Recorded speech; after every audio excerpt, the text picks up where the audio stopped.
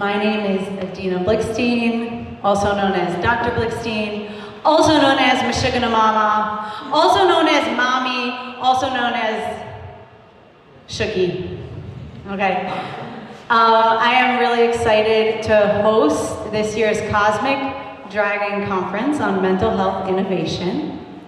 I am the founder and director of the organization Teal Dragon, which is a holistic psychiatric consulting company. And my mission is to change our current paradigm of mental health. So who we have here are holistic providers and healers and people who are interested in a shift. And we are undergoing a shift collectively. Maybe some of you are aware of it, maybe some of you are not, but people are getting tired of our current paradigm. We don't want to be victims to a hierarchical medical infrastructure. We are empowered humans, and the person who embodies their own body knows their body best, and no one else. So as empowered individuals, how do we make a change in the system? And this is what our conference today is about. It's about empowerment, it's about using our voices, it's about stepping up and sharing what works for us, what doesn't work for us, and demanding what we want in the marketplace, just like any consumer. I am so excited for our lineup of speakers today. We have incredible speakers. Please stay later for our unbelievable aerialist performance and dance party. And this is the norm, the medical conference with aerialists and dance parties. We always want to have fun, enjoy, be social, eat, be entertained. I think we could all use a little fun, right? Right? Woo! Okay, so our first topic today is a very important topic. All right. Who here has a phone? Can I have, okay. All right. How often do you guys check your text messages and emails? Anyone give me a number? Twice a day. Twice a day? Okay, you're right. How much estimate? Always. 24 hours. 24/7, okay. When you have a phone, right? Can you guys show me without your phone what your posture looks like when you're looking at your phone? Show me. Show me. Okay, so if you multiply the number of times you do that per day, per week, per month, we are in a constant slouch, right? With our head forward, right? That's really unhealthy. And we're seeing it in children, we're seeing it in adults. We're seeing a phenomenon known as text neck or tech neck. So our first topic today is called Look Up. All right? And we're going to have two incredible speakers talking about our divine cervical spine and having tech neck and how to prevent it. So I welcome to the stage Costa and Robin! Woo!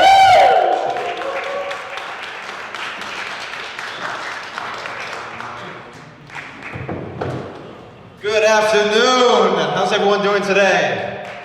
I know it's a bit of a struggle probably to wake up this morning. We have this expression in New York where we say, when it's freezing outside, it's breakout, right? So again, thanks for being here. Thank you, Dr. Blickstein, for giving us this opportunity to set up this amazing conference with like-minded individuals. You guys are all here for a treat to understand a little bit about the health of the brain, physiology, all these amazing things. So, very excited to be here. Again, we're going to be talking about, our divine cervical curve or care, and we're going to start off with Robin talking about her side of the presentation, and we'll be continuing that way. Obviously, if you guys have any questions later on, we're going to go ahead and talk about that and give you guys an opportunity to ask any questions.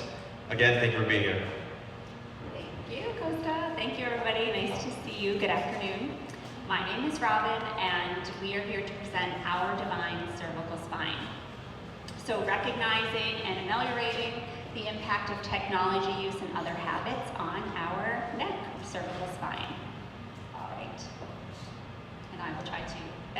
to use the technology as I stand up straight and talk to you. Okay.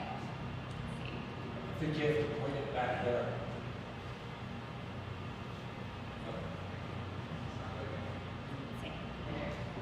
Okay, we'll try this way. We will look up. Okay, here we go. Thank you. All right, so the spine. So prana, or life force energy, our spinal fluid, right? The spinal cord is the body's power line. So it carries information back and forth between the brain and the nerves. So in terms of thinking of mind-body connection, the spine anatomically, it lengthens us, it's connected to us, but it's really a connection to our brain and the brain to the body of the spine.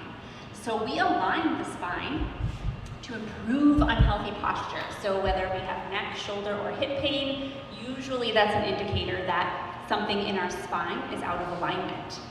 And misalignment of the cervical spine is abnormal curvature at the neck. And as Adina said, we can call that text neck. I don't know if that's an official name, but it's definitely something that's going on. And yes, we are seeing, even in children, just more of a curvature of the spine. All right, I'm going to click again. Let's see, I don't know where I clicked that button, so I'm gonna, go backwards. Toward you. Okay, Joelle, you have the magic. Click the down arrow. Down. Oh, thank you. Down. Okay, thank you.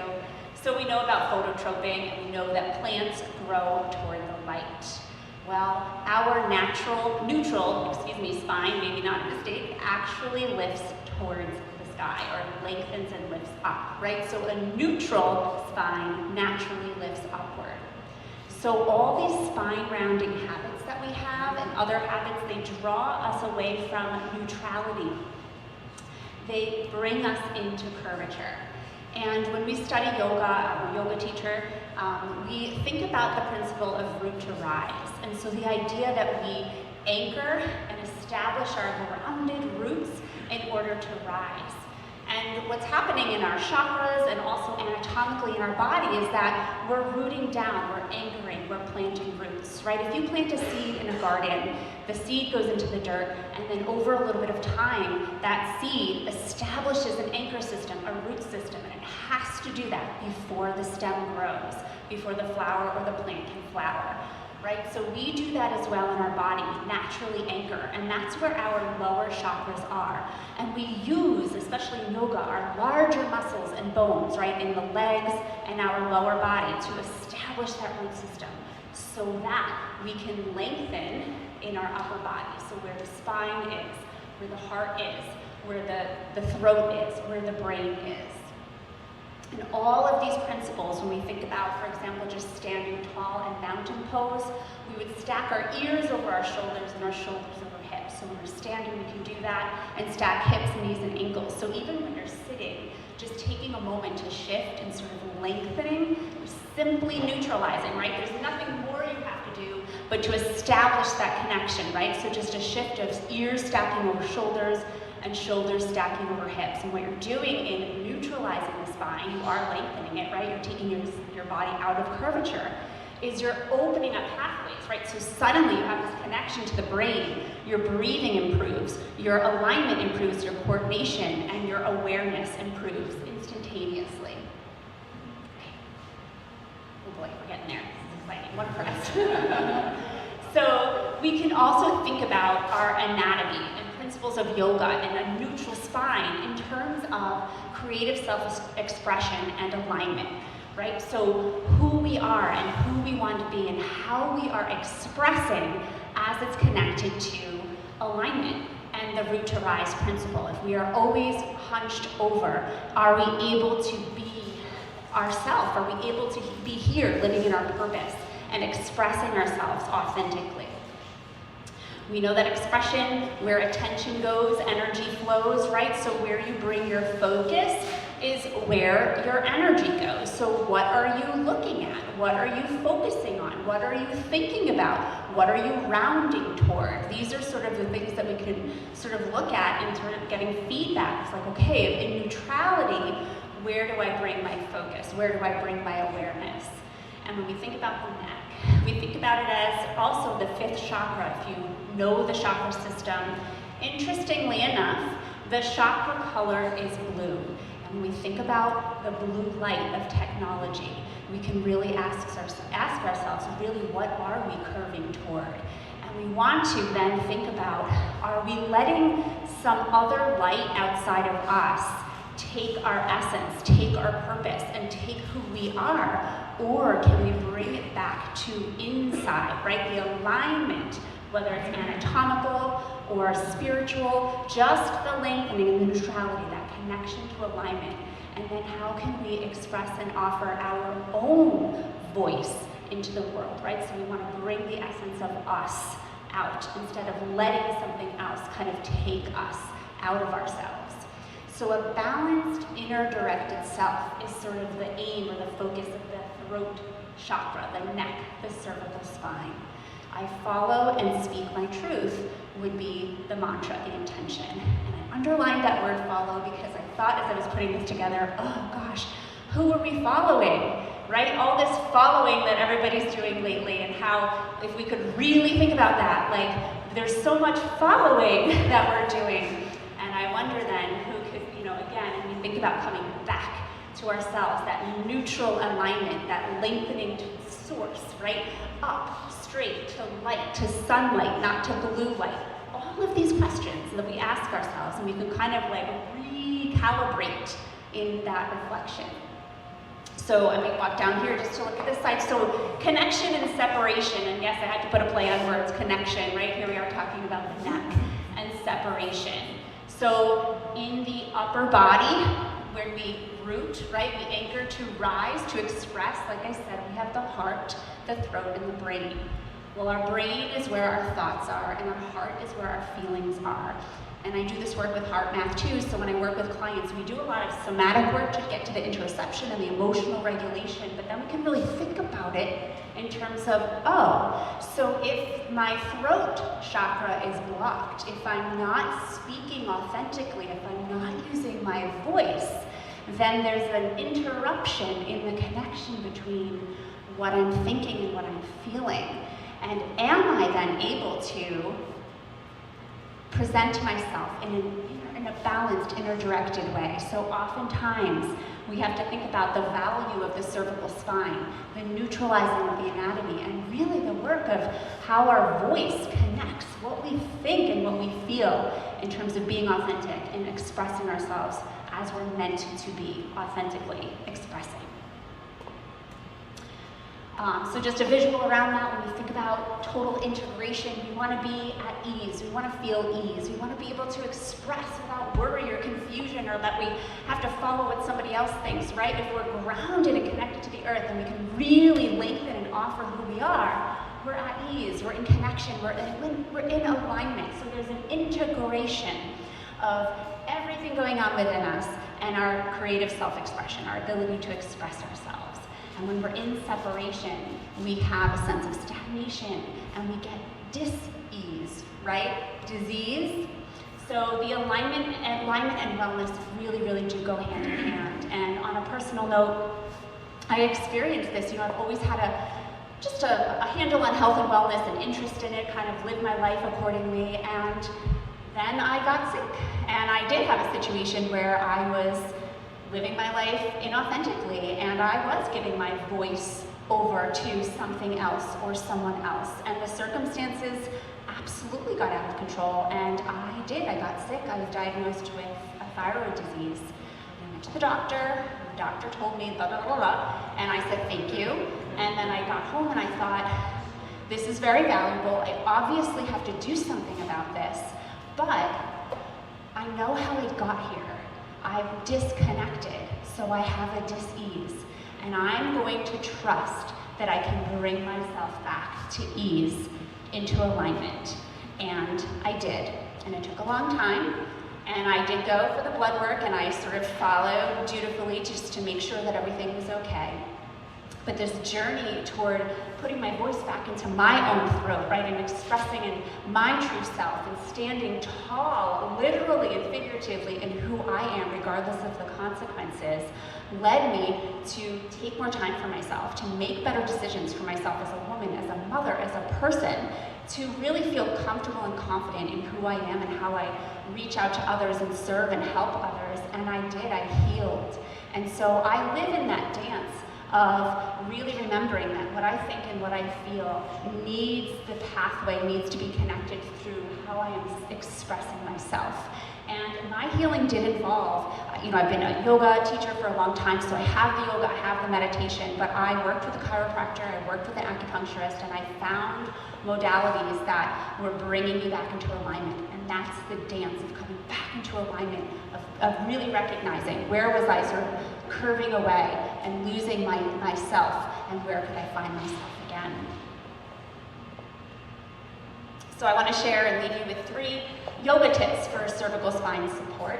And one is to remember that you can neutralize. So just these simple principles of mountain pose, right? Again, ears stack over shoulders, shoulders stack over hips. I always recommend to people get a weighted yoga ball if you sit a lot during the day, because just planting your feet on the ground and sort of having that movement in the pelvis and the hips really invites you to remember to sit up straight. But adjustments to neutralize, right? There's nothing more than that other than the practice of coming back to center.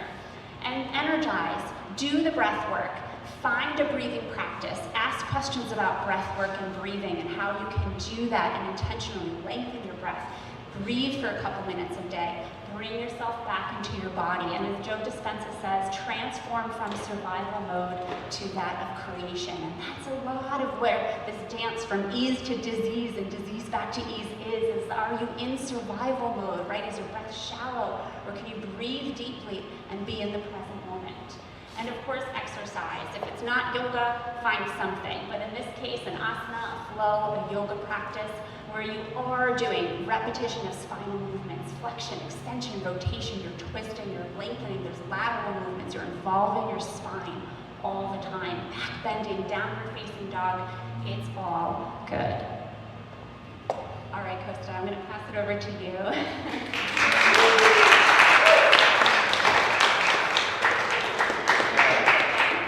All right, so we're pushing down, not up. Let's clarify that again. So again, give another round of applause for Robin. Thank you very much for giving us that awesome information.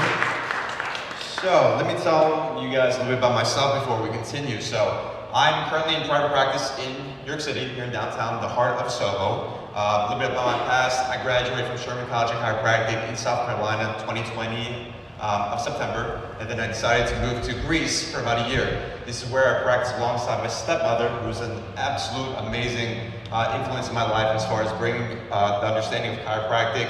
So I was side by side, working and practicing and healing and just changing people's lives in that aspect. Fast forward, moved back to New York, opened up the practice, and here I am speaking to you guys about the importance of not doing this, guys, but keeping your head in this position. How many times are we walking around in New York City, looking at people in this position? I mean, a lot of times you just want to go, but I'm going to stop myself and be like, all right, I can't be violent. I'm going to be respectful and, hey, lift up your head a little bit. I didn't have this conversation with a lot of people. So then I started doing this in the subway, and people started looking at me like I'm crazy or I'm like video recording. But guess what? I can care less, because my health is exactly what we need to focus on. So we're going to talk about a little bit about the cervical spine. The cervical spine, what is that? That's pretty much the neck in the spine. So over here we have Mr. Spiney. I know that's a really creative name for a spine model. So as we can see it, we see a nice C-shaped curve to it. We don't want to see this curve straight. The importance of the spine is that we have 7 bones in the spine, and in between these bones we have our life. It's pretty much, the cervical spine is your arc of your life. So we talk about, there's lots of different muscles in this area. There's nerves, there's vasculature. There's the things that, again, that control our autonomic nervous system, which is our body's or our brain's capability of pretty much addressing the things that are ongoing in our health on a daily basis. So let's move on to the next slide here. So a normal curve, as you can see in this image right here, we draw a line from the 2nd bone in the spine and to the 7th bone. And this is how we distinguish that curve in the neck. So with this normal curve, If we don't have this normal curve, what happens is it starts escalating the aging process of our bones, our discs, our joints. When this happens, our life, our health gets implemented and it starts changing towards the worst. So we never want to be in that position. Again, this eventually leads to different arthritises that we've probably heard of called DJD, called degenerative disc disease or degenerative joint disease. Again, we want to stay away from these things because again, it's going to have some type of implementation or some type of change in your life in the future. Our health is the #1 thing we need to focus on, and this is why I preach these things in my office every single day in my practice, on social media, all those amazing things. So over here we have different levels of degenerative factors. Again, to get, I know there's a laser, cool. So this is what's normal. Over time, our body doesn't get to this position right away. It takes years to get in this position, but how does that happen? We're going to talk about that a little bit more later on towards the slides. Again, this is just a visual representation of how the phases of arthritis or degenerative disc disease with our head moving in this position, okay? Again, this is the levels. Now, we're going over the next thing. We see a couple things here. Just because you don't feel there's a problem doesn't mean there isn't one. You know, we take a bunch of images or x-rays in our office and we have patients understand that, you know, our health has nothing to do with how we feel. That's the biggest mistake. Our health has everything to do with how we feel, how we function, how our brain can adapt to stress. On a daily basis in our lives, we're going to be adapting to physical stress, emotional stress, and chemical stress. This is what real health is. This is how health is defined, not by the absence of symptoms. That's really important. So, again, we have the normal head that weighs anywhere between 10 to 15 pounds. So obviously, depending on the adult, based on your height and your weight. And as you can see, for every inch forward, it is putting more weight on the cervical spine or the neck. So again, it's aging the process of the bones, of the discs, of the joints much more. Now, how do we know if we have a straight curve in our neck? This is the part where we're gonna all stand up and we're gonna take a picture of each other. So come on, get up, let's go, stand up. Choose a partner next to you, and I want you to take a picture from the side. Take a picture of the side where it looks like this. So when we look at someone's posture, we want to see that the ear is over the shoulder is over the hip is over the knee, and the knee is over the foot. This is what proper posture looks like. If your head is forward from your shoulder, if your hips are backwards or forward, again, this is not proper posture. This is the wrong posture. So now you have a picture of yourself from the side. You can see if there is a problem. Once everyone's done with that, we can have a seat again. Or if you haven't taken a picture, go ahead and take a picture. I'll give you guys another minute or so. Again, we want to make this interactive, guys. Perfect. All right. Is everyone ready to continue? Wonderful. All right, have a seat.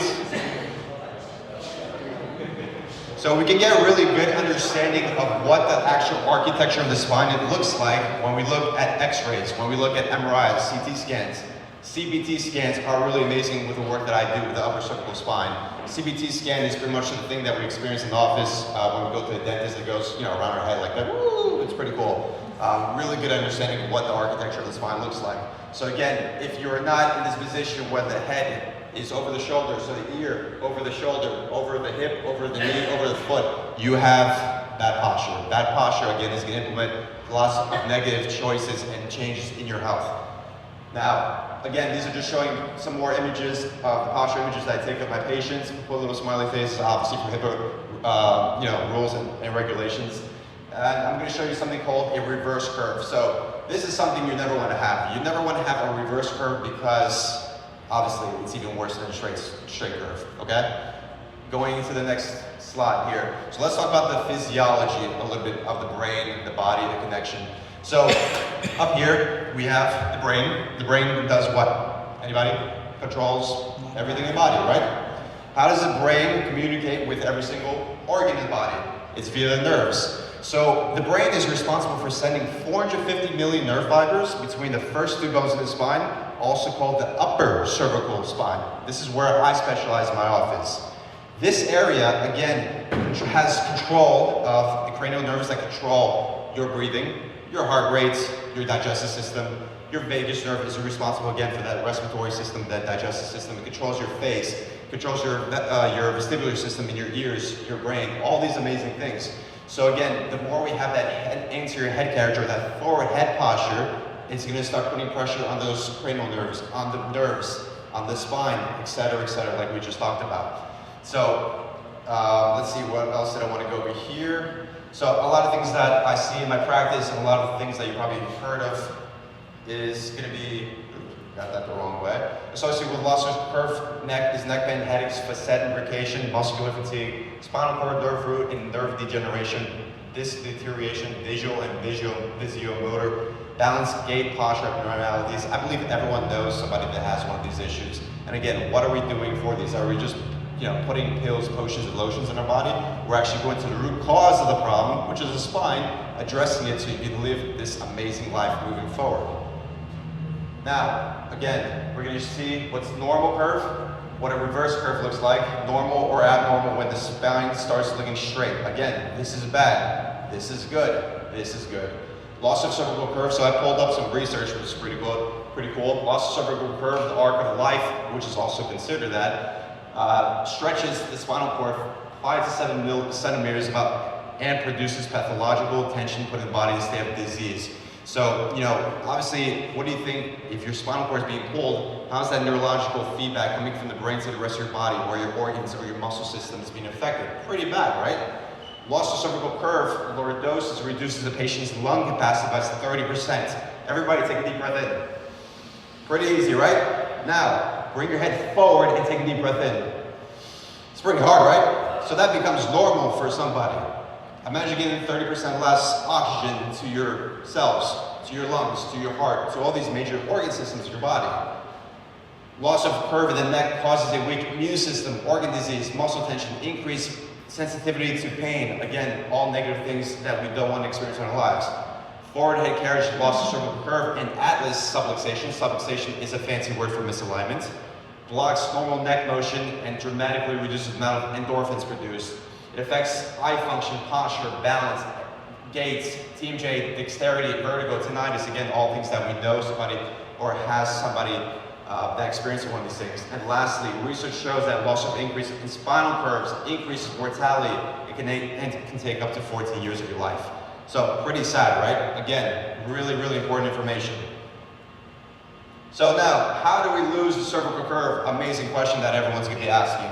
Research shows that 80% of all newborns have subluxations. Again, subluxations is that fancy word for misalignment in the spine, in the cervical spine more specifically, so that wear and tear begins as early as birth. Our cervical curve is developed as a baby, starting off with not enough tummy time. Not enough tummy time, again, is that baby bringing that head in that extension position. We grow up playing certain physical contact sports, learning instruments, with the neck in abnormal positions, again, bad posture, while seated position, while standing, all these things is continuing that wear and tear in the cervical curve or cervical spine, adding more physical stress to our body. Bad habits are the silent killers, like sleeping with too many pillows, reading with neck severely flexed, as we talked about, the phones, the laptops, the computers, etc. And obviously we have the big traumas in our lives, the whiplash injuries, the concussions, the car accidents, the major sport injuries, the big slip and falls, ice skating, ski injuries, all these things. I actually met my girlfriend here. Pick up your hand right here. She experienced a big slip and fall. She had a bunch of post-concussion trauma, symptoms that we're able to help her with, and I'm pretty sure that her life is a lot better now that she met me and a couple other reasons, right? Love you. So, 3 ways to restore your cervical curve. Number 1 way, specific chiropractic care. This is not where we're racking and cracking your neck. There's a reason for every single adjustment that I do for my patients, especially when we measure the dexterity of the upper cervical spine and make the specific scientific chiropractic adjustments to restore that proprioceptive firing from the brain to the rest of the body, to release pressure off the nervous system, which allows for better health, better function, better healing, a better expression of health. Neck exercises. Neck exercise is a really good one to do if you do have that anterior head carriage. It's something called curiosity.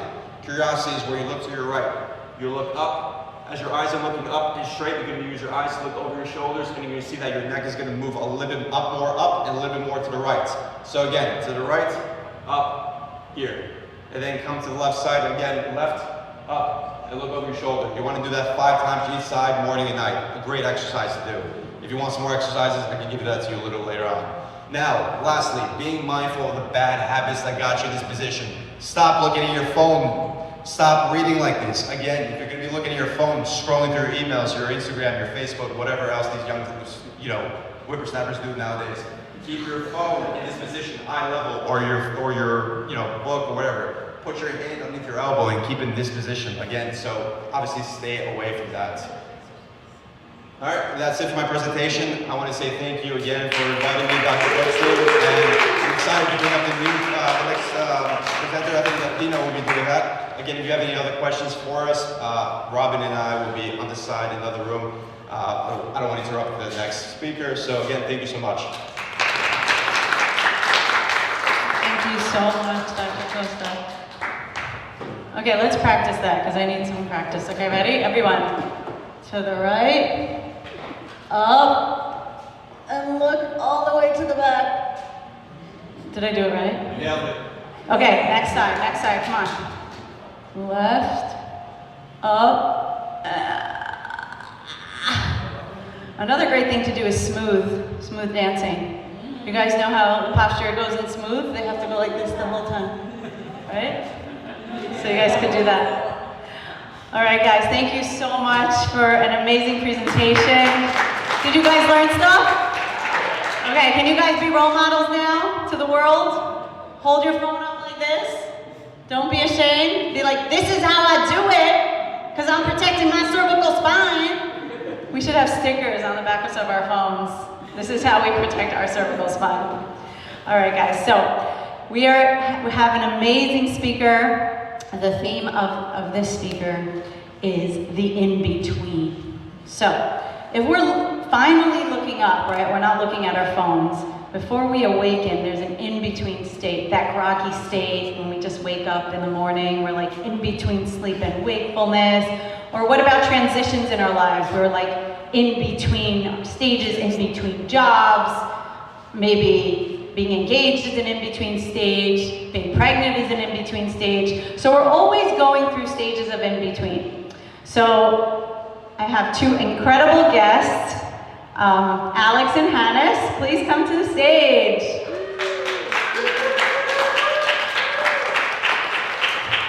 Big round of applause for Adina Chaviva Blickstein.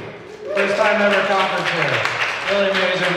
Beautiful venue, beautiful job. Congratulations. Great first conference. So I'm Alex Fair. I run MedStarter Ventures, and as you can see, I'm helping doing camera work and things.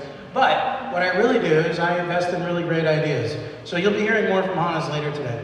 But he's going to lead us through something that he is a world expert at. And I just love this guy. So Hannes, let me get out of your way. Take it away. And thank you, Internet, for watching. Thank you so much. Thank you, thank you, Adina. Thank you, Alex. And thank you for all the wonderful presentations so far. That was incredible. I'm Hannes, and I'd like to invite you for a few breaths together. That's right there, autonomic nervous system. So I invite you to close your eyes. Even if you're at home, just for a few moments, just closing your eyes, becoming aware of your breathing, your feet, your posture, and to try to take the deepest inhale of today with the brightest smile. Create so-called happy hormones, adding a smile, and just a letting go exhale. One more like this, the deepest inhale, and a letting go exhale. Beautiful. Now I'd like to invite you to open your eyes and look at the person left or right to you, and then taking a breath together while looking at each other in the eyes. And if you only have one, if you have in between people, please turn to the other side as well and look the other person in the eyes and take a breath together as well. So, the wonderful presentation prior from Dr. Tsakalosis, on the autonomic nervous system. So the only part of our autonomic nervous system that's actually visible are the eyes, and the breath is part of our autonomic nervous system. So the space in between, you just bridged it. You would just look each other into your autonomic nervous system, into your unconscious in a way. And fascinatingly, 90 to 95% of our decision making is unconscious. And then our autonomic, our autonomic nervous system kind of in a way rules that. And and breathing is really that bridge. And what got me so fascinated with breathing is healing from depression and anxiety. So I had mild cerebral palsy after intense birth trauma and had decades of depression, and nothing really helped, right? Like medication didn't help, therapy, because I had to connect with my autonomic nervous system. So I had to become more aware of it, because the near-death experience at birth resulted in like so much trauma that I had to like connect with it, and breathing was really the way to go. Of course, 10,000 of hours of yoga, of meditation, but breathing was really something I could tap into every moment, and in every moment become aware of that and deepen it. So there's recent fascinating studies that 5 minutes of breathing, I think the one from Stanford, is more effective than any kind of meditation or mindfulness practice. So just a simple sigh has more impact over 5 minutes than any kind of meditation or mindfulness practice. It's really fascinating, right? Because we can do that at any moment. And then also another study showed that 5 minutes of breath work has more impact on a daily basis over time, or the same amount than anxiety medication. So it's really fascinating, right? Like there's such an industry on anxiety medication, but actually only 20% of them really work. So it's 40% that works, but 20% also has placebo effect. So if people taking a pill, 20% already has a placebo effect. But then from the ones that are actually taking anxiety medication, 25% have severe side symptoms. So imagine that, right? Like 25% who take this have severe side symptoms, and 20% of people only get the benefits. But breathing, almost, right, I would argue almost everybody has a benefit out of this. So I'd like to invite you also later on to do a little bit longer breathing meditation, which is inspired by my mentor Wim Hof, the Iceman Hof. So who have heard of him? Nice, wonderful, so many people. So when about 9 years ago, I worked in neuroscience with Dr. Michael Posner, National Medal of Science winner, published at Stanford, worked at MIT for a little bit. So we did meditation studies, and comparing different meditation techniques almost in real time, which one have the most impact. And then also we looked at visual stimuli. So what kind of impact visual stimuli have on our brain frequencies. I think there's later a beautiful talk here on this, on brain frequencies, alpha and theta. But then I learned about the study on the breathing technique by Wim Hof, and went also to Radboud University in the Netherlands. It was published at PNAS. One of the top journals, and it was called The Voluntary Activation of the Autonomic Nervous System. So the voluntary activation of our unconscious in a way, which is a fascinating title. So I read about it, and just with, I think 20-25 minutes of a specific breathing technique, I'd like to invite you in a few minutes, people were able to resist the injection of E. coli bacteria. So just 25 minutes, and thousands of people before were not able to do that. So it's fascinating, right? Like injection of E. coli bacteria, and people were able to change their pH levels from acidic to alkaline and back, and also change their blood oxygen saturation. So funnily enough, I actually did that with a friend here. She was in the hospital, had a brain tumor that was removed. She did a lot of breath work before, guided together, and then in the hospital here, she did breath work, and we dropped her blood oxygen saturation down to 60 or 70%, which who here was involved in the pandemic? Probably all of us. Right? Like there was always like, if it drops below 95%, it's really dangerous. So with this breathing technique, you can consciously drop it, but it has so many health benefits that you can, resist injection of E. coli bacteria. Millions of people used it, like me, heal from depression and anxiety, and you really energize your body. So if you're interested, Wim Hof method, very impactful, but it's really just the daily habits.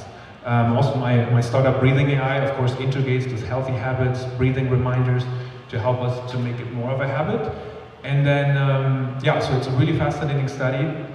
I connected with him, brought him here to New York very early on, I think in 2015 or so, a workshop. Now he works with Tony Robbins and Oprah Winfrey. And it's just groundbreaking, I think, what's out there in breathwork studies and breathing exercises to really connect, to bridge that gap to our unconscious autonomic nervous system. And it's just seeing good on time here. So I'd like to invite you to take this breathing exercise from Wim Hof and to really connect with your autonomic nervous system, because it has so many health benefits. And yeah, if you want, maybe closing your eyes, because if we have our eyes open, we can't help to judge, to become aware, to spend most of our energy, actually up to 70%, to engage our visual cortex. And if we close our eyes, you engage with your autonomic nervous system, becoming aware of your breathing. And then a little disclaimer, if you feel a little bit lightheaded or dizzy, it means it's working. You changed your blood chemistry, and so there's no danger to that. I've guided this to thousands of people, and nobody ever got unconscious or so. So you might feel lightheaded, you might feel tingling or so, but there's a lot of health benefits on this. Also, if you're at home, you're welcome to join us. So closing your eyes, and then it's a six-pack free zone. So for the ones who are exercising, please letting go of any tension on your belly. I'm trying to let go of any tension on your belly, in your body. And you can place one hand on your belly as well, or one hand on your chest. And then sensing how can you expand your belly on the start of the inhale, then expanding your chest, your throat. Just letting go, exhale. Creates twice as much air flowing in. There's a study at Stanford. You can always breathe with me or breathing at your own pace. Ideally always expanding your belly, your chest, your throat. Taking the letting go exhale. Ideally every inhale is deeper, ideally through the nose than the one before. And every exhale is just a letting go exhale. Every inhale is longer. And every exhale is just a letting go exhale. If you add a smile, it creates so-called happy hormones. If you want it or not, there's studies on this. Deep inhale. And letting go exhale. Each inhale, the deepest inhale you've ever taken, maybe. Just a letting go exhale. If you're yawning, also it's a sign you're changing your blood chemistry. Deepest inhale. Letting go exhale. 11 more together. Deepest inhale. Letting go exhale. 10 more deep inhales. Letting go exhale. Beautiful. You can imagine yourself blowing up like a balloon. Letting go exhale. Inhaling almost into every blood cell of your body. Letting go exhale. Each inhale the deepest ever. Letting go exhale, dropping in tension. Deep inhales. And letting go exhale. Each inhale, fully inhaling through your whole body. Letting go exhale. Do 5 more, the deepest ever, breathing through your whole body. Letting go exhale. 4 more like this, deepest inhale. Letting go exhale. Beautiful. 3 more, deepest inhales ever. Letting go exhale. 2 more. Letting go exhale. 1 more like this. And letting go exhale. Now the very last inhale, and then take a relaxing exhale. And then hold your breathing after this relaxing exhale. No more inhale. If you accidentally inhaled again, you can take another relaxing exhale. And then just try to hold your breathing after this relaxing exhale. And just sense how easy it might feel to hold your breathing now after this relaxed exhale, just with a little bit of air left. Whenever you need to inhale again, and taking a deep, nourishing inhale, and hold your breathing again. Just sense how you're feeling when you're holding your breathing, just relaxing your body, either after the relaxing exhale or after the deep inhale. We probably have all different breathing retention times, so I keep talking, but I'd like to invite you to hold your breathing for as long as possible, either after the relaxed exhale or after the deep inhale. You probably feel more energy after that deep inhale, that rush of energy. And I'll keep talking to entertain also the ones who started to breathe again.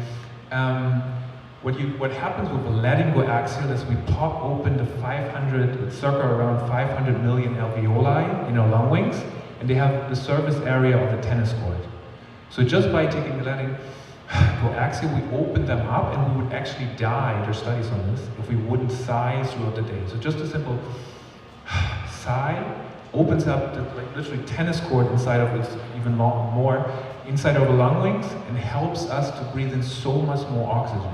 So also what was illustrated by Robin earlier, that if we have bad posture, and we not only harm our autonomic nervous system, but also we limit our breathing, what was allocated there by 30%. So if you take a letting, actually you take 100% more air in on the next inhale. That's why when we sometimes yawn or take a sigh, that's really what helps us so much throughout the day. We would literally die if we wouldn't sigh throughout the day. So what I wanted to do is not only guide it, I guided it at, after the studies we published at Stanford, worked at MIT, I worked at, on Rikers, I guided at museums and schools and top universities. What really made the difference, I feel, is making it more accessible for people. And that's why we started Breathing AI, and we come back to that later, but it's really to make it, we have one free version of our product out. I invite you to download it on your computer, and it's really to help you get the break reminders, to monitor maybe also your breathing patterns in the future, and to sense, when do you need to take a really deep breath, when you need to take a better posture, because we all know so many things that help us with our well-being, but sometimes it's good to have a little reminder and have that guidance throughout the day, especially when unfortunately so much time is on screens, and it's hard to remind ourselves I need to sit better, but that's why we're there for, to help remind us, to monitor that, and unfortunately spend up to 11 hours or more on our screens these days. So yeah, that's a little promotion for breathing. Also a little bit for my startup always, but it's really for breathing, and hopefully you learn something from it. I'm always fascinated by any studies. If you know any studies on breathing, please come to me and tell me. I love that stuff. So yeah, thank you for inviting me, and thank you for practicing breathing with me. And I'm so excited for all the future talks here coming throughout the day. And yeah, thank you.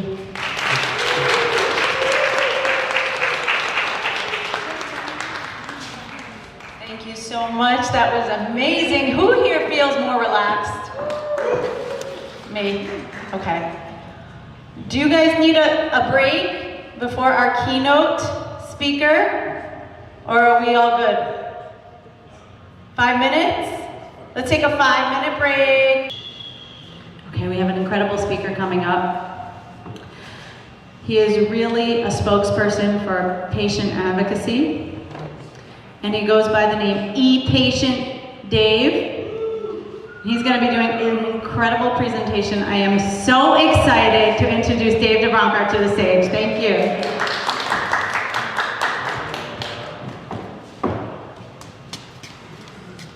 Yeah, put it back on the slideshow view. Wonderful, wonderful. I've already gotten my money's worth out of this day from those presentations. And that says something, because I drove here from Boston last night. So, I'm going to switch over into the more conventional medical world now. I'm going to tell you how I almost died 15 years ago, and how by my being actively involved helping my healthcare providers, according to them, helped my survival. And I will tell you, when I asked Adina, what's this cosmic dragon? What does that mean? She sort of said, it's a good idea. It's a good concept. But you know what? If there's one principle that I think is going to define the 21st century, it's the improv concept of yes, and it's like whatever the rules were a moment ago may no longer be the rules. And I'm not kidding. I mean, it's a subject we can go into another day. Get ready for things. In any case, when something unexpected hits, you may need to find your dragon and figure out how to ride it in ways that the description of my talk says, what does a rational mind do when confronted with an existential disaster? All right? I'm an MIT graduate with an engineering mind. I don't work as an engineer, but I'm rational, and yet I am looking at all the things that are beyond what science knows yet, because they may be necessary to save my life and save humanity. And I'm not kidding, I'm not just being dramatic. So what Avatar taught me about finding and riding my dragon, all right? This is a talk I gave in Portugal. I'm a guy, I just worked in high-tech marketing my whole life. Alex, are we okay with me being in frame? Because I try to stay out of the way of my... Just don't worry about it. So, okay. And then I almost died, as you'll hear in a minute. And then people started asking me to give speeches about it. And some people come to me and say, how do I get to be a professional speaker like you? What was your program, your campaign? I didn't have one. But what I did was I constantly asked the question, what could be said that would make any difference in the world of the people in the audience, okay? So that's what we're going to be looking at. I mean, I never thought I'd be standing on stage in freaking Portugal with a slide that says, what will you do to change the world? But it happened. You may have heard back in 2014, there was this 5-minute poem. This thing has like 600 million views on YouTube. Look up. This guy is walking along, looking at his phone, almost bumps into this woman who's looking down at her phone. And the poem is about how he looked up and saw her. And what unfolded over the next few years, they ended up with a life together. And for us, it's a metaphor. I'm intentionally springboarding off the previous talks. What are you going to find when life goes along and stuff happens? So look up. Now, a couple of years ago, I thought this was a fabulous movie, this Don't Look Up. Because you know what? Them people out there with the tech widgets have science trying to get you to not look up. Just keep your eyes bolted to the device. And if you don't wake up, if we don't wake up, we will not be able to use our own potential to do something about that. How I came to be here, a very brief version. So, I was a guy who worked in high-tech marketing and graphic arts of all things. I'm a data geek, I like tech trends. And in 2007, I discovered that I was almost dead with stage 4 kidney cancer, and I got better in less than a year. I'll be telling you about that. It's a true story. Come on. There we go. All right, in 2008, I'll explain what this word e-patient means. I just started blogging. And in 2009, I wrote a blog post. I found out there was garbage in my medical record at the hospital. I wrote a blog post about it, and the Boston Globe newspaper called and put me on the front page. And I'm like, what? And people started inviting me to Washington to talk at health policy meetings. That's it. If you want a predictable life, you have to find an alternate universe. And then people started saying, well, say more about that. Because I'll tell you, there was plenty to complain about why there was garbage in the medical record at the hospital that had just saved my life. Plenty to complain about, but you don't get much of anywhere in changing the world by complaining about how screwed up things are. So, we'll talk about that a bit. In 2010, after I gave a few speeches and people said, say more, I went full-time. That was a leap of faith, I'll tell you, because I left my day job, right? And there was no precedent for a patient to make a living giving speeches at medical conferences. In 2011, I got invited to do a TED Talk in the Netherlands that went viral. And in 2012, medical schools started inviting me to talk. Now it's been 600 events in 26 countries. And here I am here in Chelsea doing it. Because Adina saw me talk in December at a medical technology conference. Anyway, I'm going to talk about culture change. I am old enough, I went through the entire Vietnam War, women's movement, the race relations, everything back in the 60s and 70s. And I can think back 80, so this was 150 years ago. This was, you may know the name Oliver Wendell Holmes as a Supreme Court Justice. This was his father, who was a doctor. And he said in a speech to graduating medical students, your patient has no more right to all your knowledge than he has to all the medicine in your bags. He should get as much as is good for him. Now, what he was talking about there, this was not arrogant paternalism. He was in an era where there wasn't anything a doctor could do for a person with cancer or other diseases. And what he was saying is you, young doctor, have no right to ruin what little time your patient has left. When you put your stethoscope on their chest and you know they're doomed, shut up. is what he was saying. Now, 100 years later, this wonderful doctor at my hospital in Boston, Beth Israel Deaconess, Warner Slack, started saying,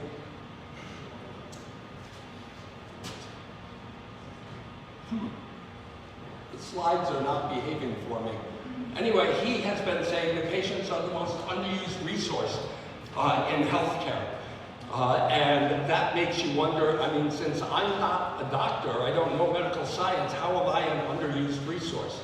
Well, then this woman in England wrote this wonderful book in 2001, I believe it was, The Autonomous Patient. We hear about autonomous cars, self-driving cars. What the heck is a self-driving patient? Well, I'm going to call on you to think about who you are deep down inside, because in a case like mine, where you reach the end of medical science and they have nothing more to offer, what are you going to do to call forth what's important to you, whether you have 6 months left or 60 years left? And I want to read you something. I have become a real fan of the history of healthcare. I want to read you one sentence. The time has come for a major conceptual shift in the healthcare policy debate from viewing lay people as consumers of healthcare to seeing them as they really are, its primary providers. Ladies and gentlemen, 1981. 1981 is when that was written. And turns out one of the students of that Yale professor was a guy named Tom Ferguson, who ended up being a friend of my doctor. He saw that the vast majority of what we do is take care of ourselves and our families at home, but that when serious trouble hits, like stage 4 kidney cancer, we have, we're limited by our access to information. And when the internet came along, he saw that that would change the laws of nature. Remember what I said, in this century now, when things are possible that were never possible before, and even impossible stuff starts happening. So he started spotting people. Right above his elbow there is my doctor, a guy named Danny Sands. He wrote the first peer-reviewed medical journal article about how doctors can do email without ruining their lives. Whoa, back in 1998. So if your doctors are objecting to email, they might be a little bit behind the times, and that's a problem. So he said e-patients are equipped, engaged, empowered, enabled. And after my cancer and after I learned about this, I just took that on as my nickname. I had no idea. To me, it was just going to be my internet handle, like Cowboy Bob or something. I had no idea it was going to become a famous thing. Well, notice how Dr. Sands holds the computer screen. Does your doctor let you look at what they're typing in the computer? You know what? If you want to be empowered, you can ask the doctor to do that. Isn't it amazing? We will get to what is empowerment in a couple of minutes. You know what else? Sometimes he makes typos. And I say, no, it was the left hand, not the right one. You know why that's important? Because after they sign and seal the note, they're not allowed to go back and fix it. They have to add an amendment. So if you are an engaged patient in partnership with your doctor, you can help create records that have less garbage than what I found in mine. We were co-founders of the Society for Participatory Medicine, which is about doctor-patient partnership. I love this. Here he is in clinic, and I asked if I could take a picture of him. See that button there? See what it says? What matters to you? Right? Because these days, the modern way to practice medicine is not just to say, I know what you need, it's to find out what's important to the individual patient. Now, in 2009, after we formed this society, and I found myself on the front page of the newspaper, this magazine came to us and said, we think this is important also, and to our great surprise, they made it a cover story, the patient of the future. And I'll tell you, when you're thinking about culture change, it's really significant. The editors made this decision themselves. We did not have a big $50,000 PR grant to go talk them into doing this. And notice what they said, a new relationship It's not about patients know everything, it's about a new relationship. And now they sent a photographer to take pictures of some of us, and I thought it would be just the usual, you know, black and white headshot cut into a column of text. Quite honestly, if I'd had a PR agent, I probably would have worn a different shirt.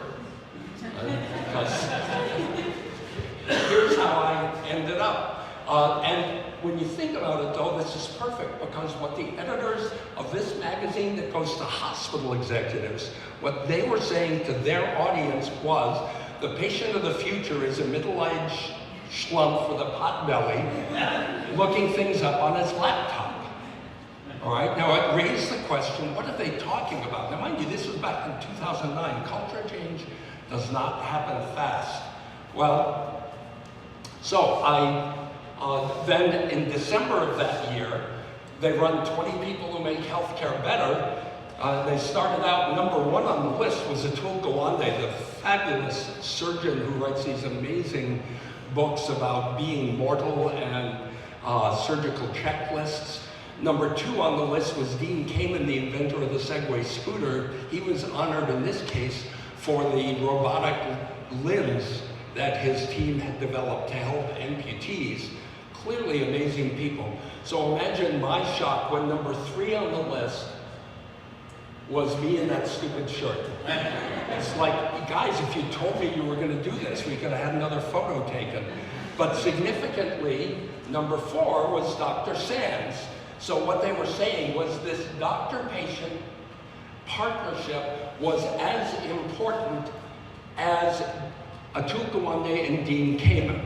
And this was the point at which I considered quitting my job and making this a career. But I had to ask myself, because I have known people who lost their shirt being passionately committed to something and jumping off a cliff. All right, so I looked for evidence that I was actually an indicator of the future. So what's the evidence? Well, who's getting online? Well, I've been on CompuServe since 1989, and 20 years later, at the time this happened, 83% of the US was online. This was, CompuServe was when you needed a modem on your phone line and squeak, all those sounds and everything. So by that one metric, what I was doing was an early measure, but one metric is another way to go bankrupt. So I looked for another one. Well, who's romancing online? Well, ladies and gentlemen, I found my wife on Match.com in 1999, in the last century, when Match was new, before it became a porn market. But we met, and a year later, I got invited to do a speech about data in Paris. So we got married and made a honeymoon in Paris out of it. There she is on top of the Impressionist Museum in Paris. Here's the thing, when I started doing this talk, okay, in 2009, 1 in 8 weddings in the US met online, and people would go, whoa, really? Is it that big? That's how much things change, okay? 2011, 1 in 5 couples met online, and now it's like, yeah, so what? All right, well, culture change happens, what's possible changes, and you want to be on the leading edge of it. A short version of my cancer story. In 2007, I went to visit Dr. Sands for a routine physical. I had a sore shoulder, and he called, so I got a shoulder x-ray, and he called me the next day. And if you've ever had a moment like this in your life, you know what I mean. Because I vividly recall, I can replay in full color this. I remember what the desk looked like in my office. I can see the Sony desk phone, 9:00, 9 o'clock exactly. He said, Dave, your shoulder's gonna be fine. It's just a rotator cuff problem, but there's something in your lung. And that shadow shouldn't be there, he said. We need to find out what it is. So he said, I've ordered a CAT scan. First time I'd ever had a CAT scan. And I said, I'm thinking, all right, if there's a real problem here, should I do something immediately, like go to an emergency room? He said, just go home and have a glass of wine with your wife. We quickly found out that it was a metastasis of kidney cancer, Totally, this is a generic diagram of the disease from the website of the drug I eventually got. Totally by coincidence, there's that thing in my lung. I'm a poster boy. Right? There's one down in the leg. The first pain I felt was 6 weeks later. My left femur started hurting, and it eventually broke. I fell on it, and it broke. So I have a steel leg now. There's one in the head. I had one in my cranium, not the brain. And because I've always been an overachiever, I had these additional tumors everywhere. Including, if you look at the head again, there was one in my mouth. I had kidney cancer growing on my tongue muscle. I was really sick. I asked the doctors, what's my prognosis? Because like, this is it. I'm like, this is bad news. And I was only 59, you know. And they said, correctly said, there's no good evidence on patients like you, right? But I'm the kind of person, some people don't want to know, I do. I searched and searched and searched, and I eventually found one study that said median survival for people like me was 24 weeks. Half the people as sick as me were dead 5.5 months after diagnosis. And this is sobering. Like, it's all the games are over now, folks. All right, this is the end of it. There's no 2020, there's no, but there might be. I mean, I knew enough about statistics to know the median isn't the absolute. Half the people live longer than that. And so I made the choice that I was game to do whatever I could to be one of those so-called outliers. And after the shock, okay, and believe me, I had the shock, you're left with the question, what can I do? Here's one of the things, when you're choosing your dragon in life, you don't get to choose a treatment that doesn't exist. You know, you gotta choose from what's available. I had heard about Norman Cousins, who in the 1960s, he was a magazine editor, who had a fatal stomach condition, and he decided as long as he was dying, he was gonna die laughing. So he rented a movie projector, which is all you could do, there was no video then, and watched Marx Brothers movies, and laughed his ass off and got better. He got better, he got cured. Nobody knew at the time. See, I am pro-science, but the reality is not all science has been discovered yet. If it were, we could get rid of all the scientists and save a lot of money.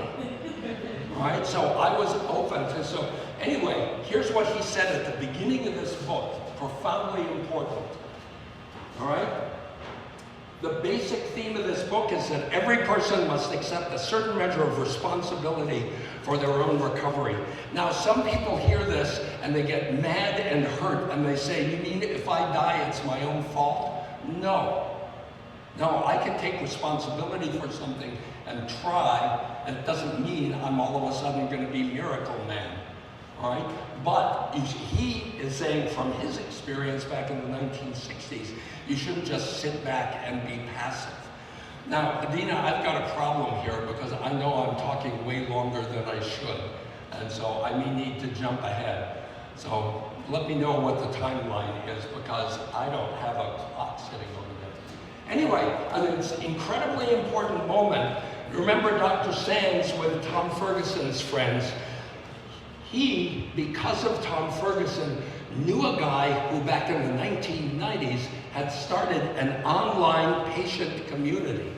Now with Facebook today and all the other things we have, it's common to find communities of disease patients. He, instead of saying stay off the internet, he showed me where to find the good stuff. All right, and as it happens, this ended up helping to save my life.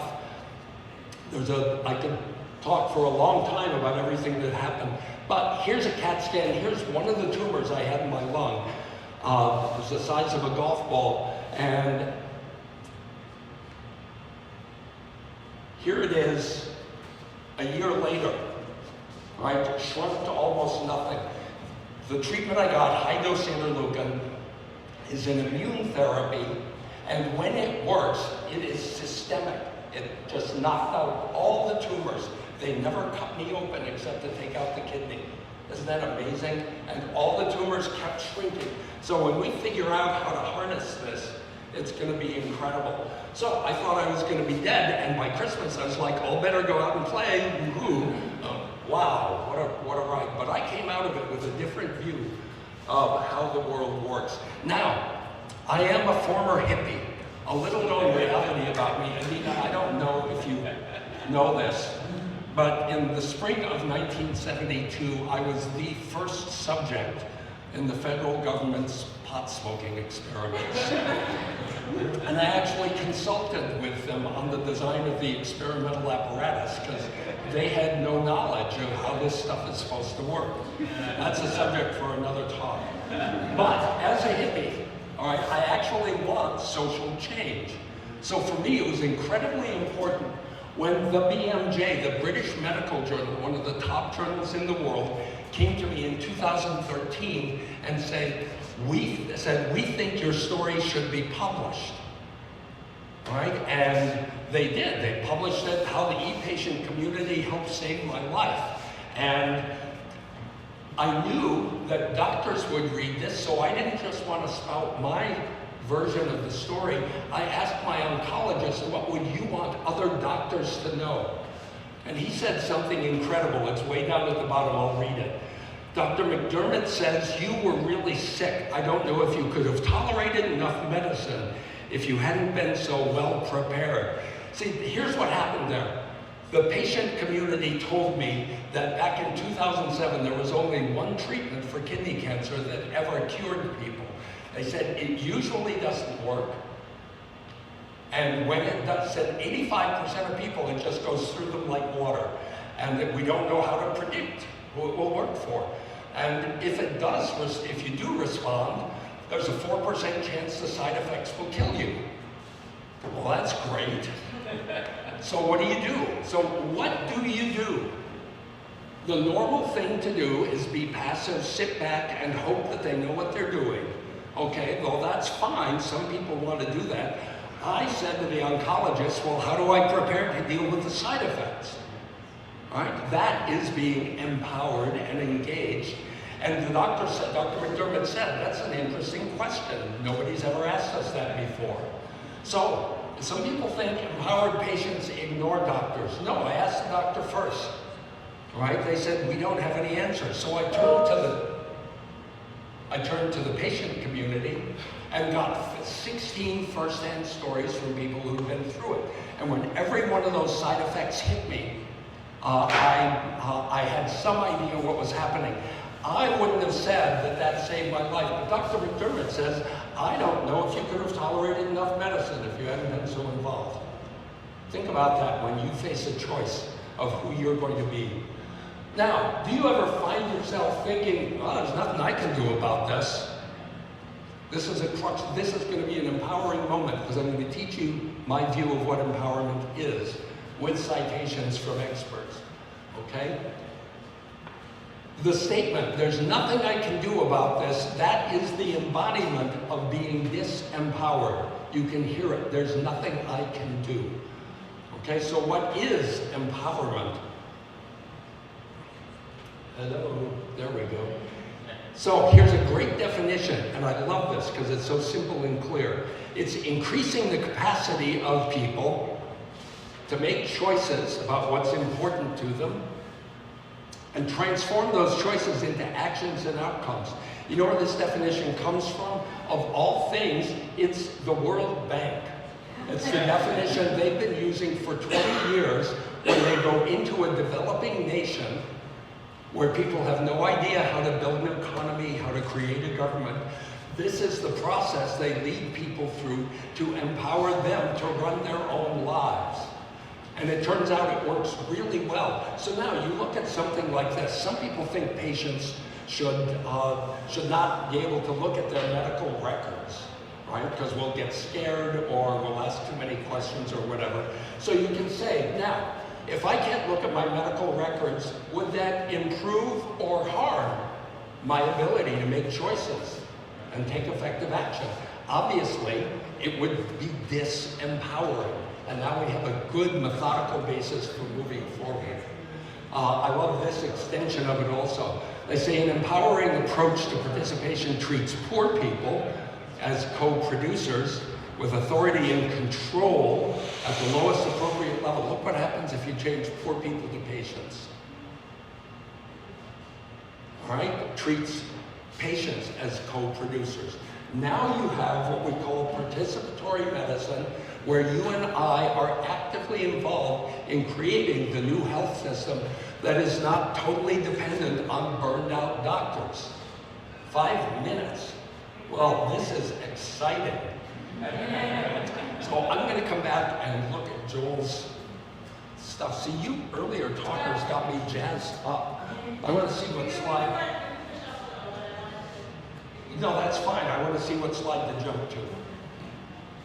Let's see. All right, we're going to have to back out of here. Yeah, that's a long street.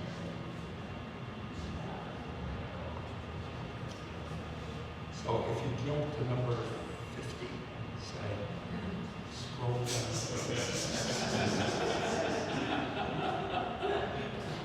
Yeah, so let's go to number 40, please. All right. Regina Holiday is a woman in Washington, D.C. whose husband got the same diagnosis that I did, except the hospitals were obnoxious. They wouldn't give them their medical records, which delayed him getting treatment at another hospital that they went to.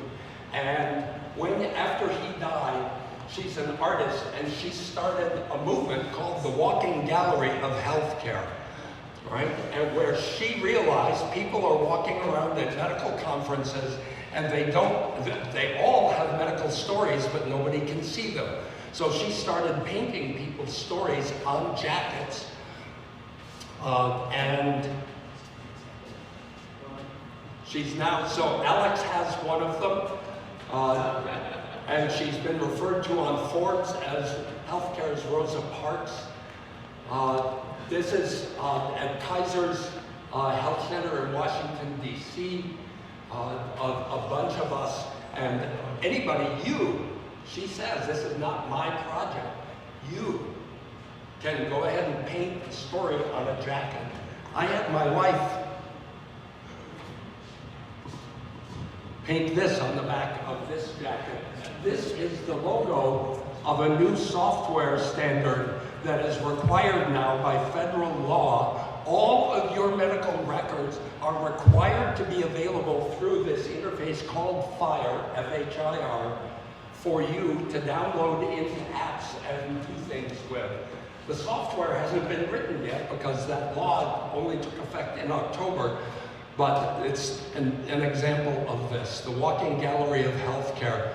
Oh, now, I gotta tell you, you know it's a revolution when artists and musicians show up, okay? So this is my man, Ross Martin. He is a counter-revolutionary MD, and he wrote this song. See, when I was asked to give that first speech back in 2009, the conference organizer kept bugging me, what's gonna be the title of your speech? I said, I don't know, and he finally said, we need it for our brochure. So I finally said, I don't know, just call it Give Me My Damn Data, because you guys can't be trusted. Well, they took it. And now, you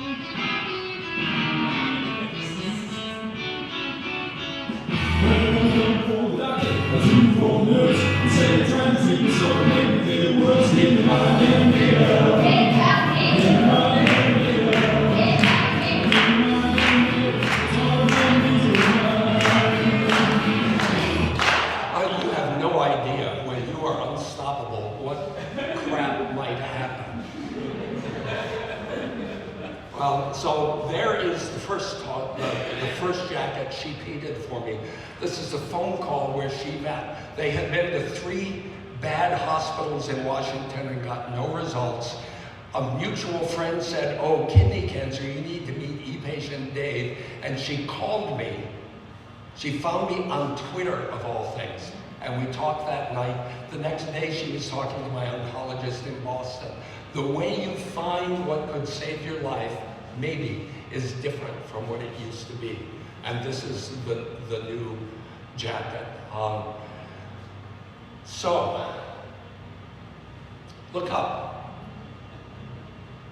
Get your head out of what's been going on. I mean it, I mean it. I'm looking up because I want to get rid of this tinnitus in my ear, and I'm not kidding. Here's how it worked out for me. This is me on the night of that shoulder x-ray. I hadn't gotten the news yet. This is a man who was dying at age 58 at the time of stage 4, 56 actually, stage 4 kidney cancer and didn't know it yet.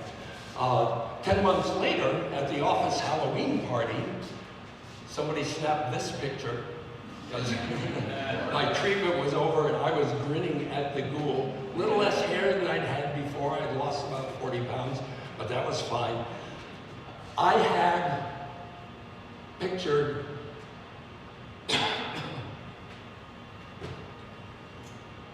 facing the diagnosis, I'll never get to see my daughter get married. But 2 years later, I did it. There's Mom with me on the day when I did get to walk her down the aisle. And I was so glad that she didn't have to say to her mother, I wish, this is important, sorry. I wish Dad could have been here too. And, she's a punk and she's a digital native, so one Christmas, she gave me the world's worst jigsaw puzzle that she got from Snapfish. She had uploaded her ultrasound. And if you can imagine what it was like trying to put that together. It's funny though, because her mother, my first wife, insisted that I open that package at her house because she said I knew he'd be speechless and I wanted to see that. And it was true, I couldn't stop for 10 minutes. And then, oh man, this kid, she is just, spends half her life upside down doing flips and gymnastics and everything. And I'm glad she didn't have to say, I never knew my grandfather, he died before I was born, you know? So, who are you gonna be in the face of your worst disaster? Could you go to the last one also? There's a second slide there. My down arrow isn't doing it. Okay, that's, find you a dragon, whatever it is that calls to you. You only get to choose from what's available. You know, you don't get to say, I think I want to cause a miracle to happen. But you know, if you can pursue what really calls to you inside, you will have more power for yourself and to speak to others into their listening about what their future could be. Thank you so much.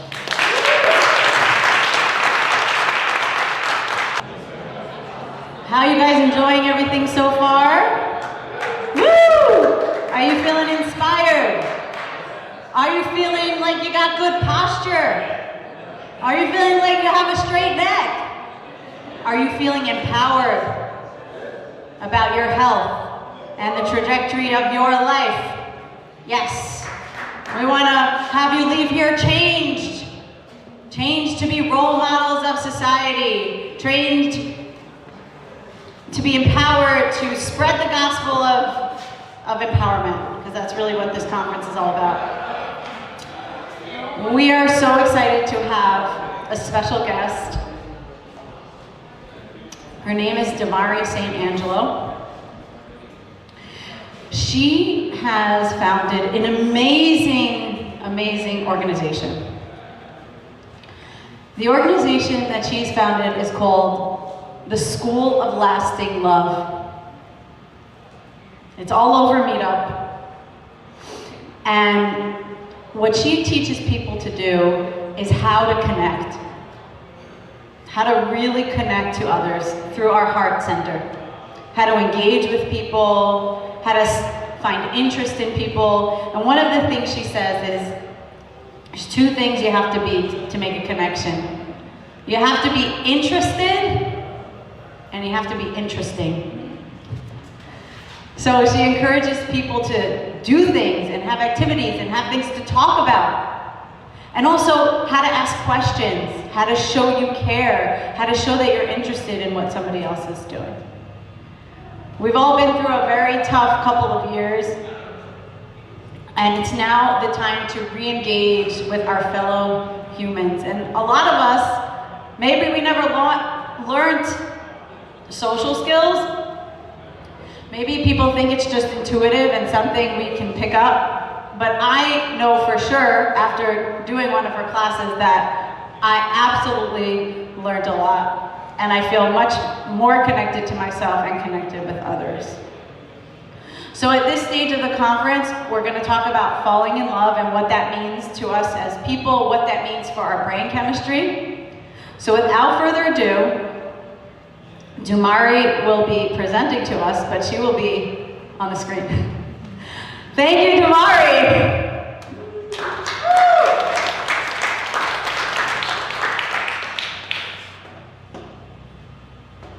You're good. You're set. Yeah? Okay, welcome everyone.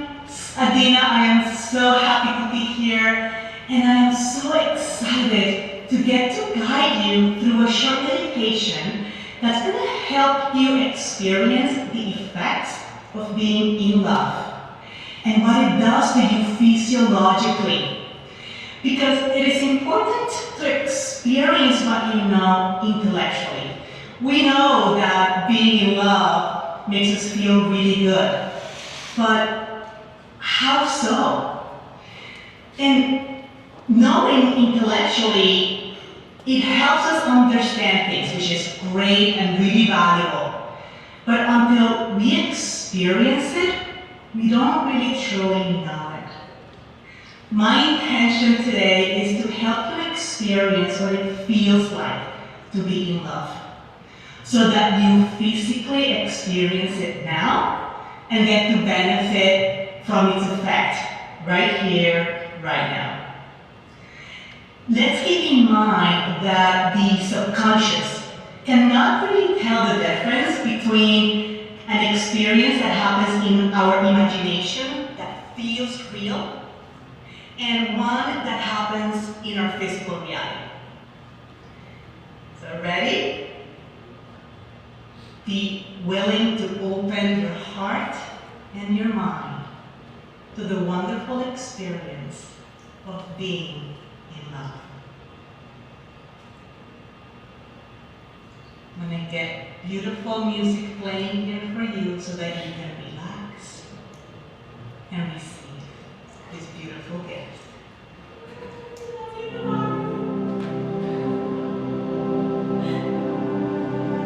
I invite you to close your eyes and bring your attention to your breath. Take a deep, nice, long breath and bring that air that you're breathing in into your heart space, as if you were breathing into your heart. Feel your chest expand and your heart open. And now, let go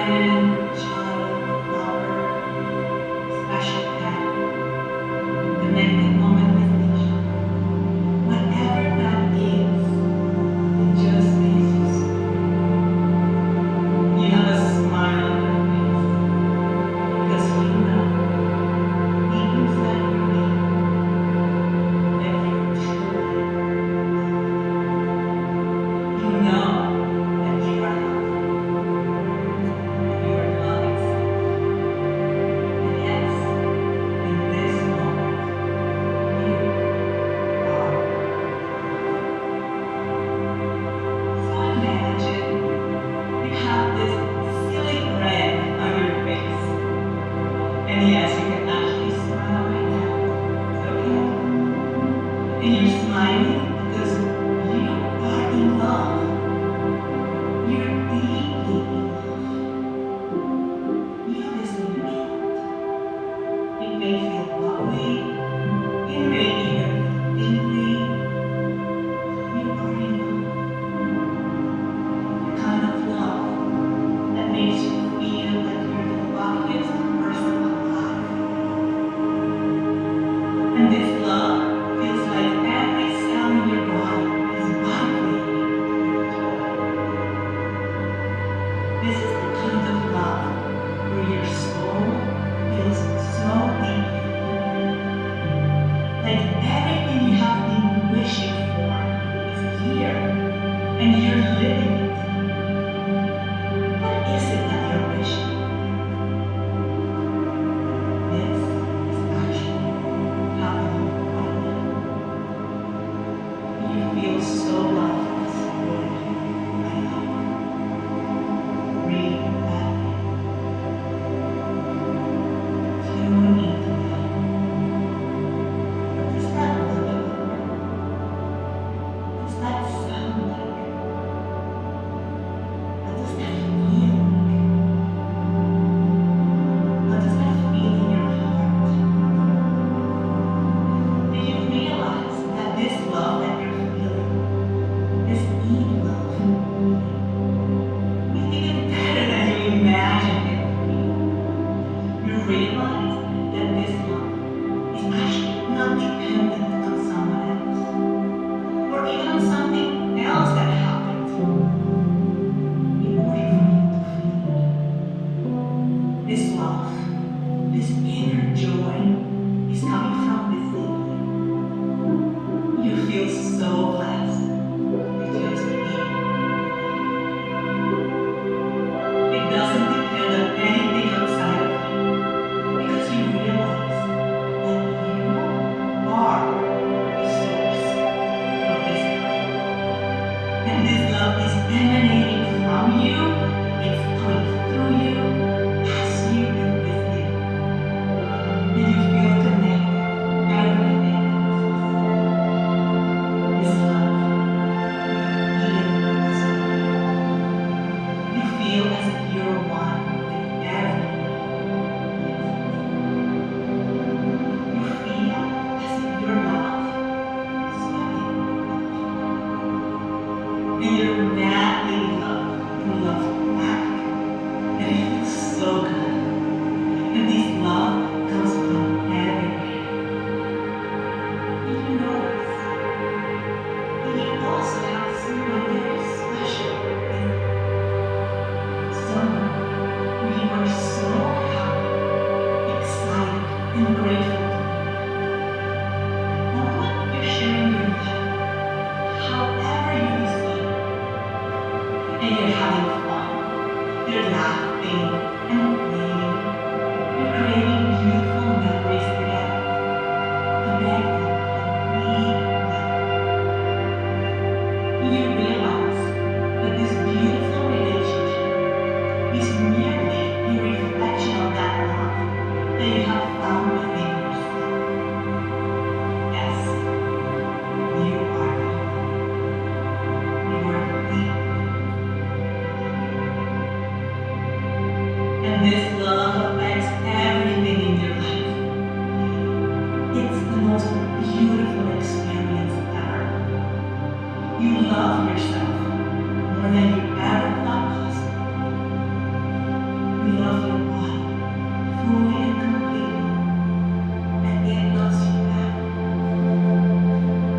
You love the people in your life, and they love you back. You love life, and it loves you back. You know that you are loved and supported in every way. Everything is amazing and feels magical in your life. You relax in your love. Remember the truth that you are loved. You're already loved. You're already loved.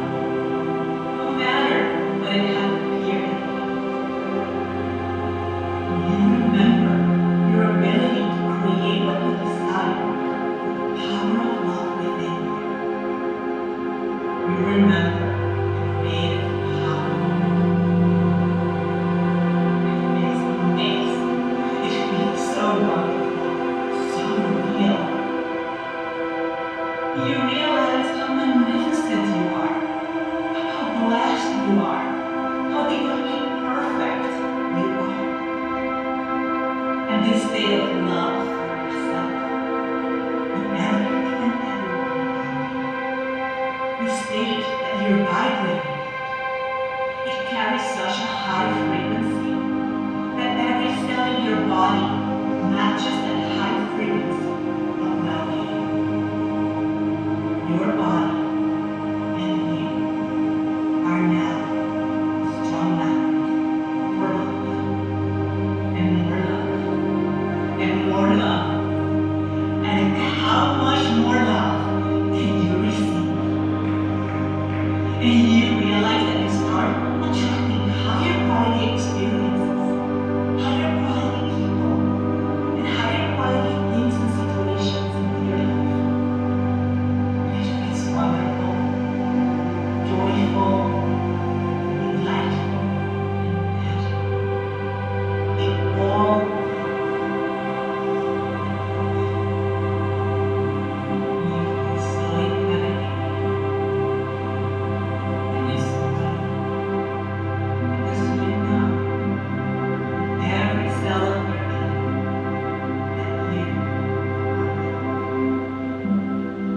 that you are loved, that you are love itself, and you deserve the magic of this love,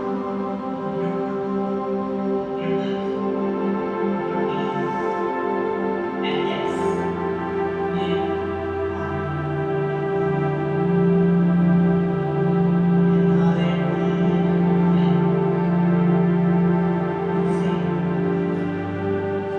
I am love, pure gift. I am food. I am delightfully in love. And for this, so much more, I am so bring that in.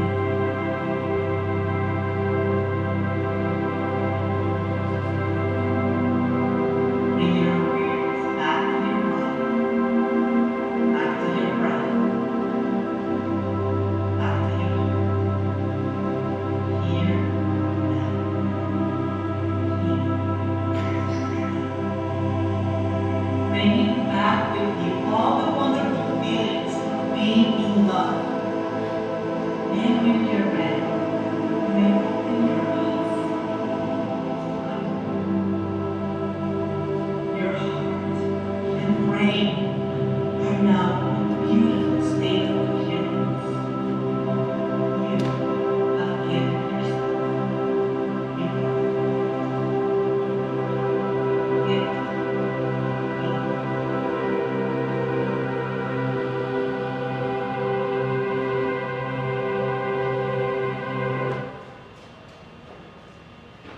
Thank you, everyone. Have a beautiful, fabulous day. Thank you, Lisa.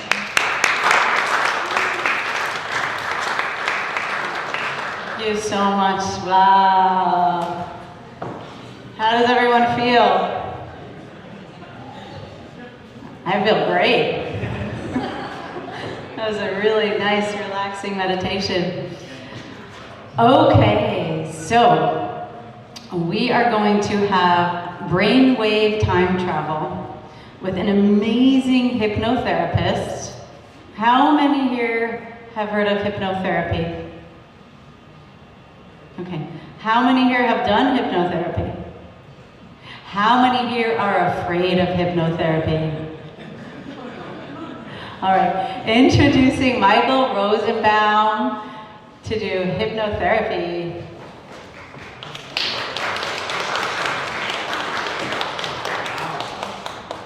I think this has been an amazing conference so far.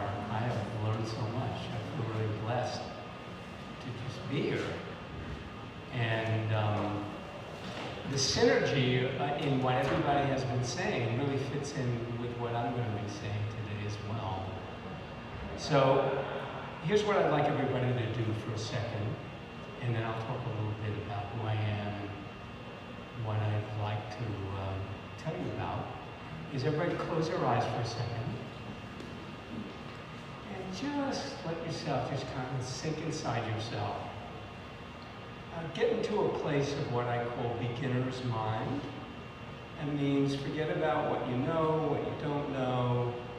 Just kind of be in a place of receptivity to allow whatever comes through, whatever hits you. And I want you to use your imagination here for a second. And I want you to imagine there's a column of light that's coming into this room and a column of light that goes over you as well. It kind of connects you to a higher, more expanded you that lives inside of you. And just imagine there's kind of a beautiful, loving energy that comes down, center of it's over your heart. And just breathe in love and healing and relaxation and good feeling that's coming to you. And I want you to listen from that place. I want you to listen. We had someone earlier talking about the heart. I want you to listen from your heart space. Listen from your intuitive space. Let your body listen, because the body reacts to things. And just kind of come from a place of expectancy, but beginner's mind, not knowing exactly how you're going to be with this, and just let yourself trust however you are with this information. Okay, so open your eyes. And wow, the feeling in the room. I'm Michael Rosenbaum, and I call myself a transformational hypnotherapist because we're looking to transform. Okay, I'm not talking. And I'm also a spiritual coach. And those two things kind of fit together for me, and you'll see how that kind of fits together. And I've been doing this work for over 20 years, and I've seen fantastic changes. So I just want to, before I talk a little bit about my subject, I just want to pull from some of the things I've heard already today. So we heard this great keynote speaker talking about empowerment. I thought that was very inspiring about empowerment. What he was saying is that you're empowered, or you can be empowered, to create change in your life, right? And he did it the way he did it. So I want you to understand that you actually are in charge of your good feeling. That what happens outside of you does not dictate how you necessarily feel inside of you. And a lot of my work is about helping people really make that shift. Our culture doesn't necessarily support that, right? Our culture tells us to look outside of ourselves for our good feeling, but actually it comes from inside of yourself. And what I do is I work with the name of my talk. Actually, Adina came up with the name of my talk. It was a great name, which says from beta to theta, right? And that's fun. And he's talking about brainwave frequencies. So I know a lot of people raise your hand when you said, you know, you did some hypnotherapy or had some experience with it. So maybe you want to talk about what a hypnotic state is, because people have a lot of strange ideas about that sometimes. And so I'm going to look at it from the lens of a brainwave frequency. So your conscious mind is a beta frequency. It's your rational mind. It's your logical mind. It's what tries to figure things out. There's nothing wrong with these things. These are really important things. The conscious mind has a beta wave frequency. And you actually, psychologically, that part of you begins to really develop probably around age 7. It's not that you don't have a conscious mind earlier, but that discerning part of you. The brainwave frequencies that are under that are the alpha frequency, the theta frequency, and the delta frequency. That's a different part of you. We all go in and out of those states. A hypnotic state is really being in any one of those places. It's not being in the beta frequency. And you go into that part all the time. Like, anybody ever drive and zone out for a minute? Ever do? Well, in order to do that, you have to be in an alpha state. That's an alpha state. Do you ever close your eyes and use your imagination and think about something? Right? Now, the person who just did the meditation made a statement that your mind doesn't know the difference between what's out there and what's in here.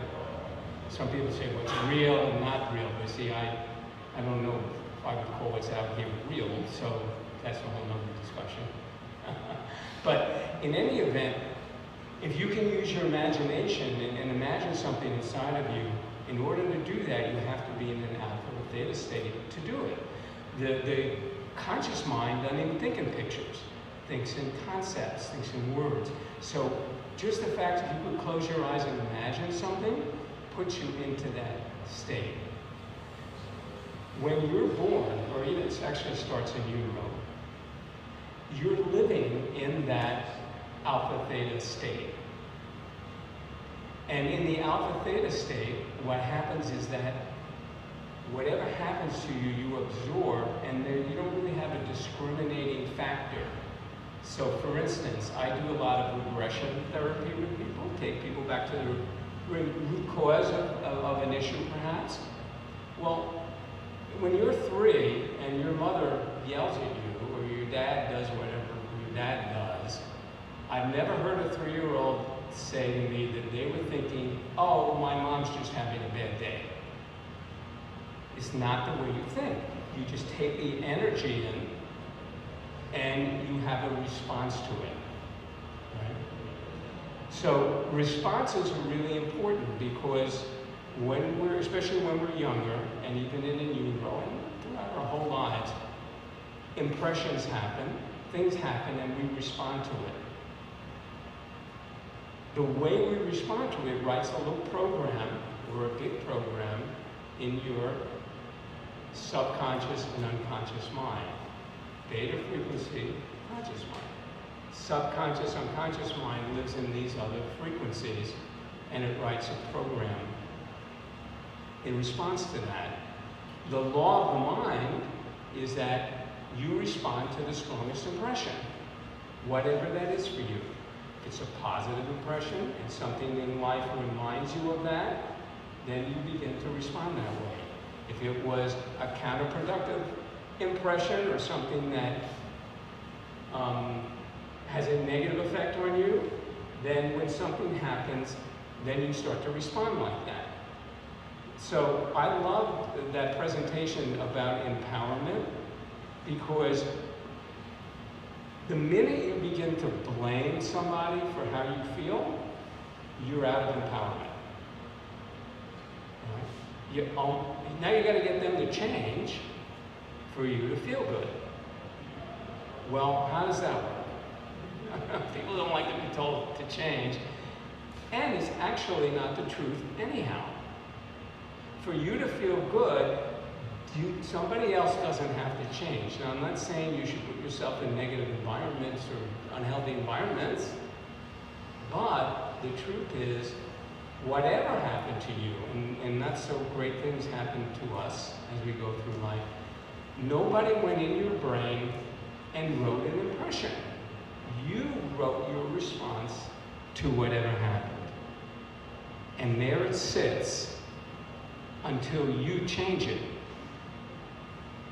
You're the only one that can change it. That's your empowerment. You're the only one who can make that change. I can't make that change. You come into my office and we work together, I can't change that impression. But I can help you change the impression because you wrote it. And you can change it. And they've proven, so one of my certificates is in positive psychology. They've proven beyond a doubt that you can remap your brain, that you're not stuck with the way it is. They used to think a long time ago that if you didn't make those changes early on, you're kind of stuck with it. Wrong, it's not true. Any age, any time, you can shift those impressions. And that's what I like to do, is to help people, empower them to make those changes, right? And it actually doesn't have to take a long time. You can begin to make those changes right away. But what happens if we were looking at the brains, there's a lot of brain technology these days and a lot of people researching it, that if I was in a session with somebody and we were doing a process, and my process is very experiential, right? So we're not talking about a lot, right? But when you go through an experience, if I had you on an MRI machine, we would literally see that you're firing off differently. Your brain is beginning to fire off differently. It's beginning to do something different.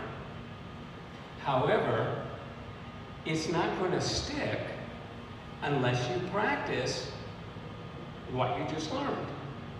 So you have to build what's called a plexus in the brain for it to stick, right? So there's been a lot of good research on this. I'm a big fan of Dr. Joe Dispenza. I don't know how many people have read his works, but he talks about that, about how you need to build the plexus in the brain. You need to build continuity in there so that your mind defaults to that. So we build impressions and your mind defaults to the strongest impression that's there. So when I work with somebody, how do you change the impression? How do you get out of that morass, right? How do you make that change? And the conscious mind doesn't necessarily have the power to make those changes.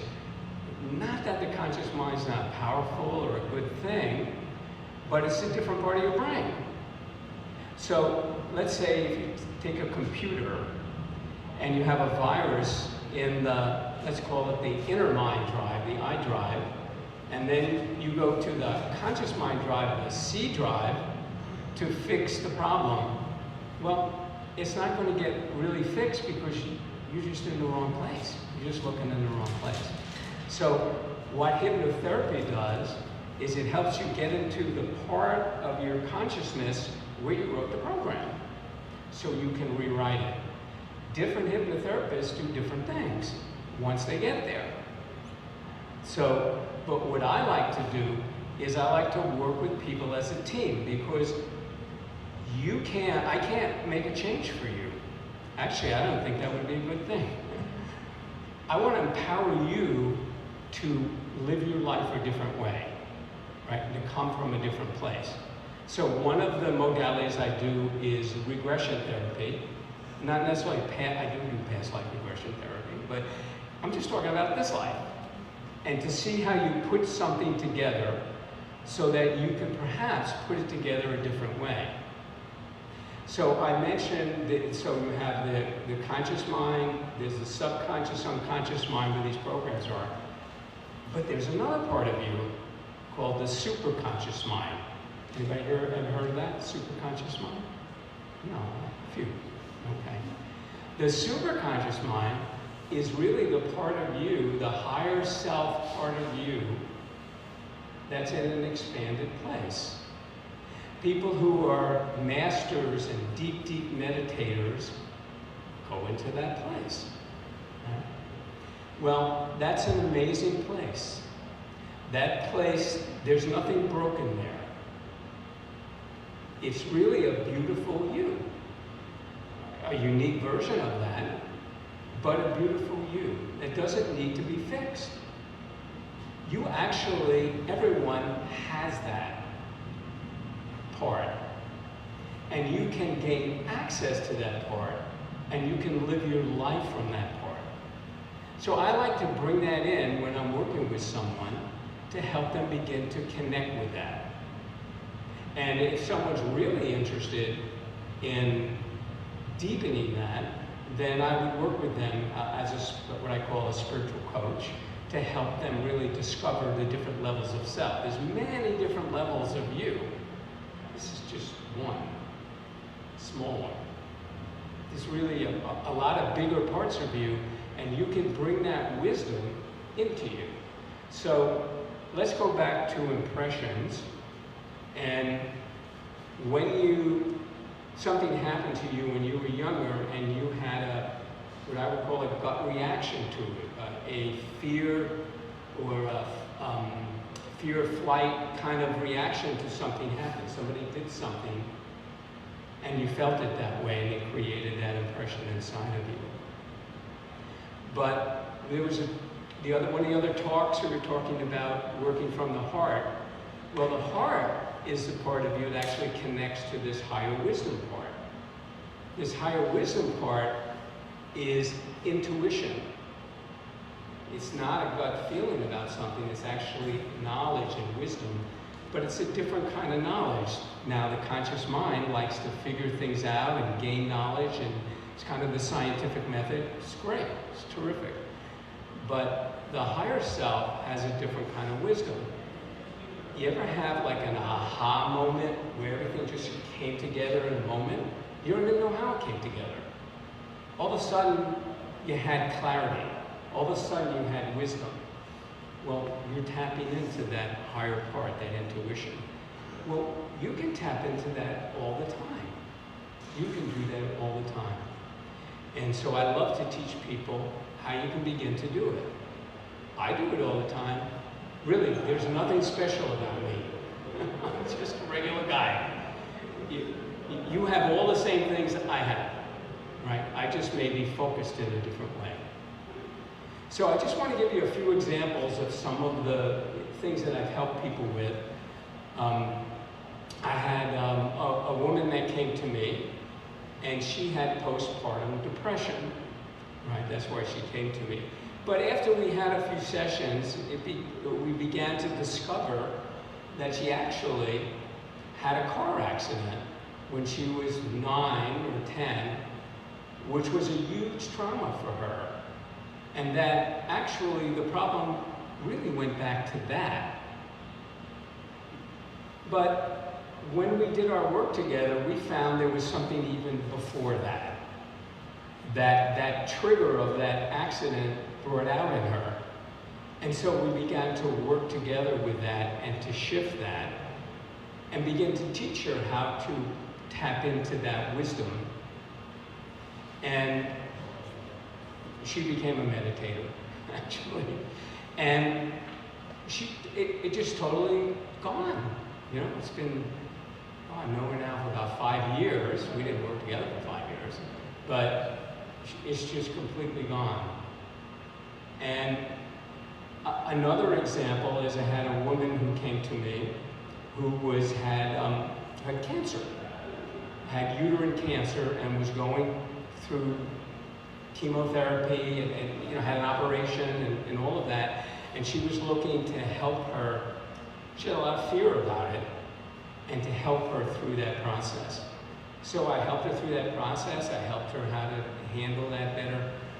But then we discovered, or I discovered, or we discovered together, that she actually was in a really challenging marriage. And she was having a lot of issues there, and she didn't realize how she was being based on her impressions and the way she grew up. She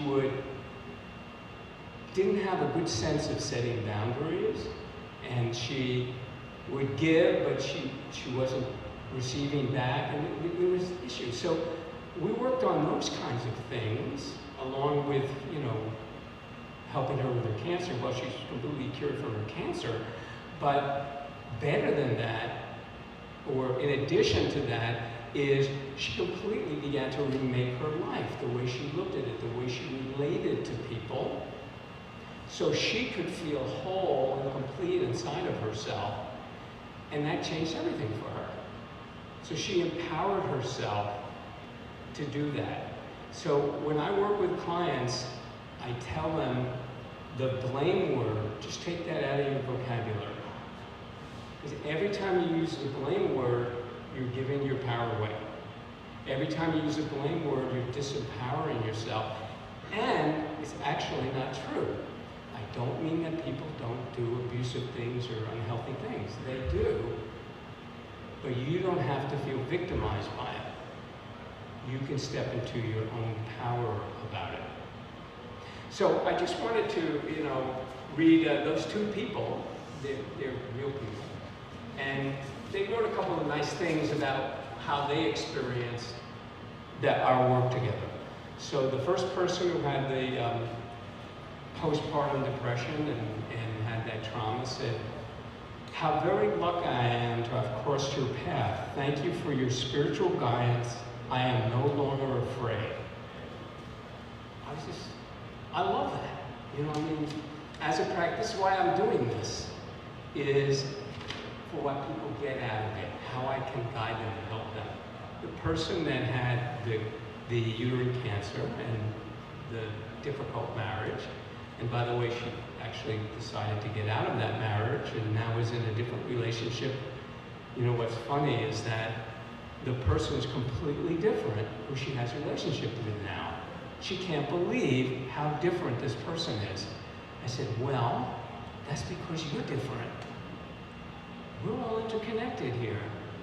And so you're bringing out or attracting or looking for, or your unconscious mind is giving you signals to something different, and something different shows up. So what she said is Michael Rosenbaum is a powerful guide that keeps me centered in a positive course. In the beginning, his intense guidance helped me through a difficult passage in my life, but he also helped me better understand the power of thought and the power of our words. The awakening that has happened in my spirituality is a tremendous gift. I thank Michael for his wisdom. So, you're a powerhouse. You have incredible potential inside of you. And we got a lot of noise going on inside of us sometimes that stops us from knowing that, seeing that, and feeling that. So what my work is about is helping you discover what's really there, not just focus on the triggers, but focus on the root cause of something, shifting that, rewriting, remapping the brain, reprogramming that, and then beginning to live from a different part of yourself and make that your dominant part. So, does anybody have any questions or anything about that? Okay. Well, thank you very much.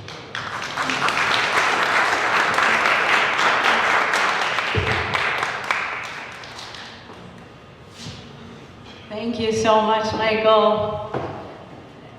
What a wonderful presentation about hypnotherapy. Are you guys still freaked out? For those who are, there's a lot of hype about being hypnotized. So this now transitions into my talk very well. I'm going to be speaking right now about borderline personality disorder and the brain. Yes! Who knows what borderline personality disorder is? What do you know about it? I really want to hear from our audience because I think it's a big mystery. Anyone want to share some first thoughts? What's borderline? When you hear borderline personality, what? Okay, anyone? Yeah. Not from a clinical perspective, from a personal or difficulty with relationships. Okay. Anyone else? Yeah. Walking on eggshells. Mean, walking on eggshells. Anyone else? Anyone else? Type 1 or type 2? Okay, we'll get there. It's more bipolar, yeah. I just imagine a lot of emotional shifts, and they change to different circumstances. A lot of Emotional instability. Okay, yeah. Attention-seeking behaviors. Mistrust of the outside world. Constantly testing people. What's the ulterior motive? Okay, what's the ulterior motive? Manipulative? Yes. The unstable sense of self and also hypercritical, hypersensitive. Okay, hypercritical of themselves and others? Okay. Yes. It's incredibly stigmatized. Oh, talk about this. The word borderline is a confusing word. It essentially came from a border between psychosis and neurosis. So, do you know what the difference is between the two? So psychosis is someone who's not in touch with reality. Someone who is here but isn't here. They're seeing maybe they're having auditory or visual hallucinations. They think maybe they're 55, they think they're 8, and they say, I'm 8 years old. That's psychotic. They're not in touch with reality. Neurotic is like many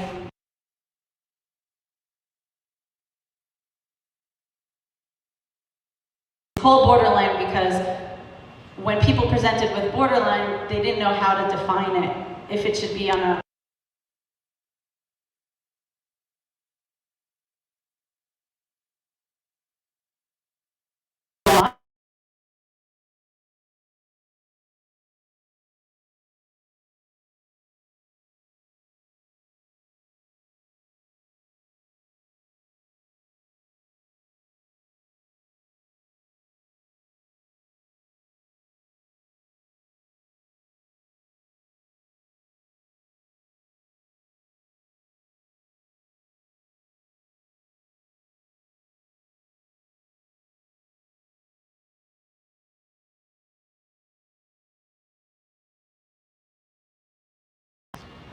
all personality disorders are on a spectrum.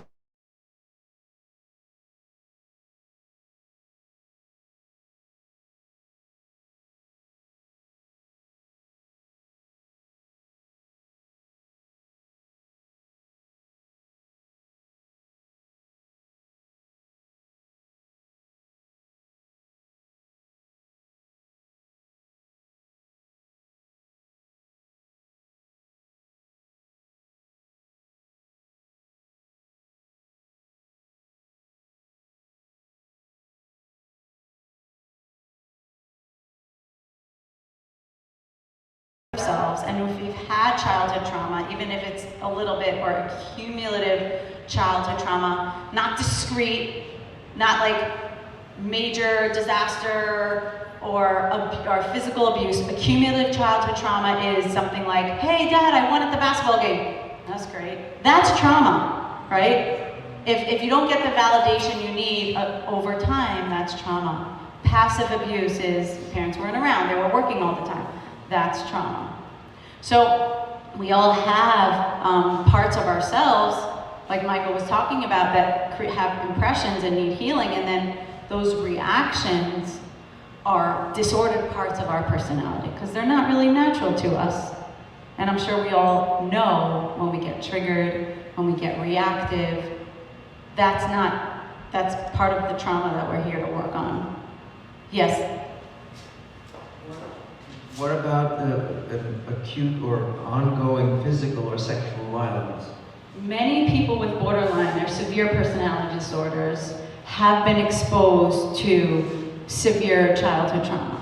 In general, people with psychiatric illnesses and or personality disorders have been exposed to severe trauma because this trauma changes the brain, and we're going to talk about that. Yeah? If they did not have that trauma, could it be such that they would not develop this personality disorder? Yes, but it's always a nature-nurture combo. So if you have two children, and one is not so sensitive, one is sensitive, the one that has the same level of trauma, but the very sensitive child could develop a patterning that's more reminiscent of borderline, so. All right, the neuronal pattern of borderline, and it's not to say if you feel this way at any point or you think this way at any point, you have borderline personality disorder, because the needs of a child are infinite, parents are stressed, and because we are egocentric when we're young, we are always in a state of need as children and dependency, and inevitably, we will feel unloved at some point. So, but that is not necessarily the pattern that goes through our entire life and all our relationships, our career, but with someone with severe personality disorder, this is the pattern. I'm not lovable, I don't deserve attention, and something is wrong with me.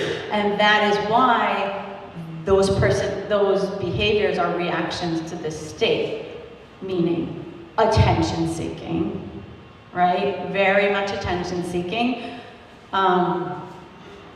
because they didn't get attention, or they feel like they don't deserve attention, and trying to constantly validate themselves.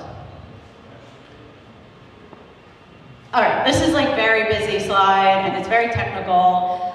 If I see someone in the office, I don't go through a checklist.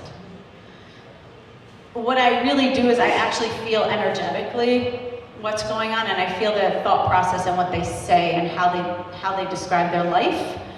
There's a lot of victimizing mindset. This one's at fault, this one's at fault, this one's at fault. A lot of lack of ownership. They're very disempowered. Like Michael was saying, they don't really take ownership over their own life. So in terms of the stamp or the criteria, there's a huge sense of fear of abandonment. It's very hard for people with borderline personality disorder or borderline traits to establish healthy relationships because the trust isn't there. And I'll talk about why in a minute. Unstable relationships, identity disturbances, instability, gender, career, sexuality. And again, these are all things we go through in life. Recurrent suicidal behavior, gestures, overdose. So I'll just give you an example of some children. I saw some patients that threatened suicide. I'm gonna kill myself. If you don't let me do it, I'm gonna kill myself. If you don't let me see the movie, I'm gonna kill myself. See this knife, I'm gonna cut myself.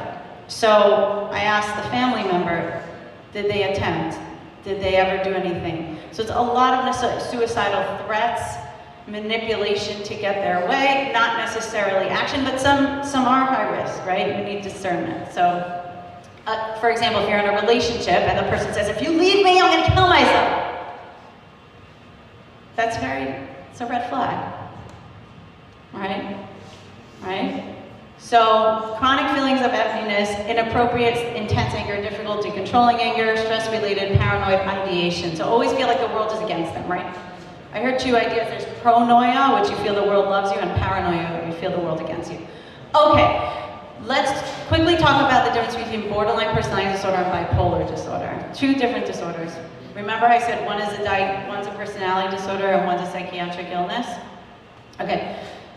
Bipolar is a mood shift, usually lasts for 2 weeks. It's episodic.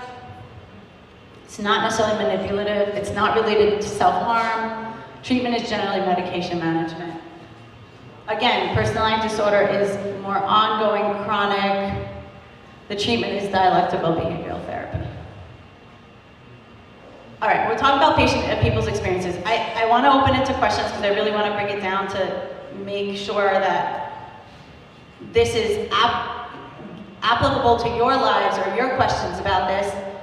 I'm doing this talk because a lot of my patients were like, I'm in this relationship, and then they didn't realize, yeah, it's toxic or it's codependent, or so. Any questions, comments, anything you want to share? Yeah. How does a sociopath fit in with this paradigm? Great. Sociopathy is a severe form of narcissistic personality disorder. So much so, there's so much narcissism that there's no remorse. They do not realize the impact of their behavior whatsoever. So it becomes sociopathic when, again, it's a reaction. So they have no sense of self and self-esteem. So the maladaptive patterning is basically, I'm just going to manipulate everybody, do whatever I want, get what I want, how I want it, to the point where it can be very dangerous. Yeah. The diagnosis, like you as an expert, could you, for instance, do like remote diagnosis, not having ever met the person? Let's say, like, when you mentioned CEO, I assume it would never go to the level of President of the United States, but like those are people like in high visibility. When you mentioned narcissistic personality disorder, for instance. Are you saying, can I diagnose like a celebrity, like just having seen how they interact, and not if they're a patient in my office? Yeah, I think we all can. Yeah, I mean, I don't think it takes an expert to do that. Yeah, unfortunately, our society today, because of our high achievement level, we kind of promote that narcissistic sometimes behavior. Yeah. why do you think people can come to that such a high level in the society? Right, so we have a society that needs a lot of help right now. That's why we're all here and trying to change the paradigm of what we reward. Okay, a lot of what we reward today in our schooling system is academic performance instead of sense of self-worth, instead of compassionate and loving interdependent relationships. So a child who wants to perform and wants to do well, but is so lost and hurt inside because their actual emotional needs are not met, can rise to very high levels and be absolutely miserable. And we're, hoping to bring a new era where we're actually promoting the real sense of self and kind of pulling out the trauma, because what personality disorders are the maladaptive persona that a child develops in reaction to pain and unmet needs. That's essentially what it is. And because they get what they need and what they want, it reinforces itself. And when I intervene within a family, I work very, very closely with the parents.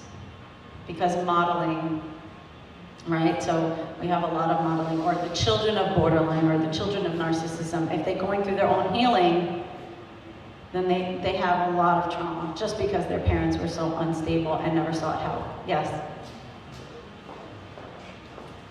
What if there is an overlap of borderline and autism? What is the question though? What if? So, for example, I'm working with a 10-year-old right now who has a diagnosis of autism, high up on the spectrum, but shows every sign of borderline personality that you would see in an adult.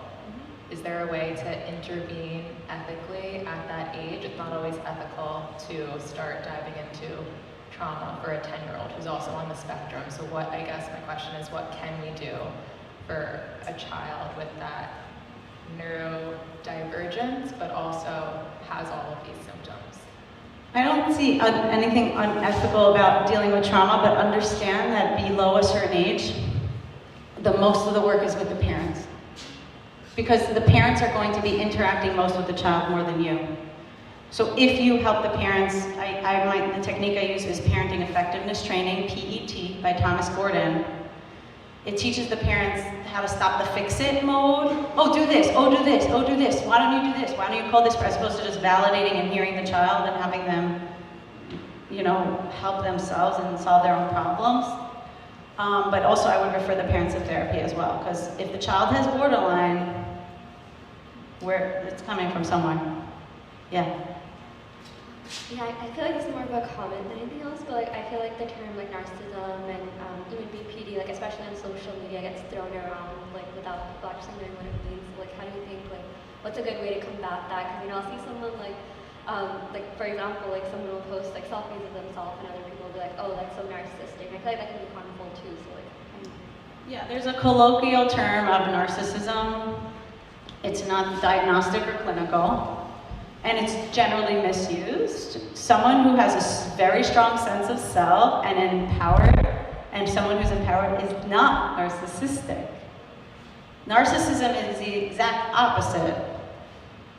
Narcissism is seeking that attention outside. Like Dumari's class about a sense of self-love, a strong sense of self, that's not narcissistic, that's authentic. Narcissism, true narcissism, is a lack of self-love. It's thrown around colloquially because people want to put down empowered people, right? If someone's truly empowered, a narcissist will call them a narcissist. Someone disempowered will put them down. Someone empowered will be proud. If you are an empowered person around disempowered people, you will be repressed and crushed because they are threatened by you. If you are an empowered person around empowered people, you will want to be, they will empower you. Empowered people want to empower, hurt people want to hurt. Anything else? Well, is narcissism a personality disorder, or is it a part of the way is this person programmed in their brain to not be able to receive self-love, or is it due to trauma? It's always due to trauma, and it's always reversible. The question is the will. The will. If the will is there, the change is there. If the will is not, the change is not. So the way I assess my patients and accept my patients based on will. That's it. If they're willing, they're ready. If they're not, they're not. All right, I want to just talk about, yes. I have that's such a mystery to me, Will. I once asked Wim Hof on a trip how he thinks people can develop that a cold exposure resistance to it, for instance, and he said it's all will, and he endured all this marathon and stuff. So I was always fascinated. Wow, this guy says it's all will, and you also now say it's will, but still there's a mystery of can you somehow motivate someone to will that change? So how is someone motivated to change? Yeah. That's an entire different lecture.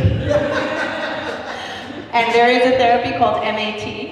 It's called motivational therapy, especially in addiction work, which you bring someone from a lower level stage of change, which is called pre-contemplation, to an action stage of change, which is action.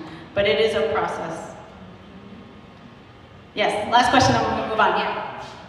Sorry, but when I think of some narcissists, political ones and personal connections, I mean, I do notice that narcissists do have a certain grandiosity about them and magnetism about them, and I just wonder how a person who doesn't love themselves has those qualities. Okay, so borderline and narcissistic personality are very similar. Borderline happens more in women. Narcissistic personality disorder happens more in men. But not necessarily you could have borderline men and narcissistic women, but they're very similar. Many boys or anyone who develops narcissistic personality disorder is generally extremely charismatic. Extremely charismatic. And the charisma is actually what gets them very far in life. It's their charisma. And also another trait is that they're very smart. Very, very smart. Very smart, very charismatic, very sociopathic. Womenizers, as an example, also. They just know how to hook, but if you're not discerning, you get really sucked in. It's very dangerous. All right, so I'm gonna talk about some patient experiences of people in relationships with borderline. I feel manipulated. So this was a person in a relationship with someone with borderline. So it was the partner of a borderline. I don't like to say a borderline, of a person with borderline. I feel manipulated, confused, like I'm a yo-yo or a seesaw. I never know if my plans, thoughts, feelings will be destroyed or delayed after sharing them with others. Sometimes when I speak, I fear I've done something wrong. I'm always at fault. I fear my decisions. I self-sabotage in ways to self-medicate. I'm anxious because I don't know how I'm supposed to act. Will my words be misconstrued or manipulated? I fear rejection and abandonment in retaliation or response to my words or behavior. So very unsafe, right? This person feels very unsafe. Why does this person feel unsafe?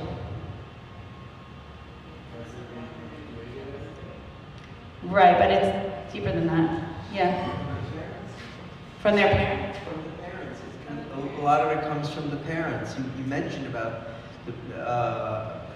how the parents are their world, and they take their cues from their parents, and children are very sharp. Right. Children notice everything. Right. Everything. Right. They take nonverbal cues, but no, this is a person that doesn't necessarily have borderline. This is a person who's in a relationship with someone with borderline.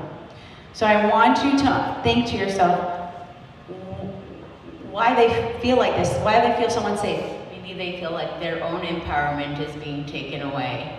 Right, because they're not the ones feeling unsafe. The partner with the personality disorder feels unsafe. So that partner is projecting, and they're absorbing. Because if they say anything, they fear criticism of the partner. They fear, it's not the partner that has the disorder, it's the partner that is projecting their insecurities onto the other partner. Does that make sense? Okay. I excused my boyfriend's abusive behavior because he told me he was borderline. For him, he used it as an excuse to continue that behavior and not allow me to be upset about it. One of the big features is lack of accountability, right? That's why people can't necessarily stand up to them. They can't stand up to a narcissist, they can't stand up to someone with borderline because they can't take responsibility. All right, so where's neurobiology? So neuroarchitects, to describe, so when they're caregivers of infants, parents are called neuroarchitects. And they build the brain. Oh shoot, I want to play this video for you. Can you play this video? It's a hyperlink. This is very important, and then we'll wrap it up.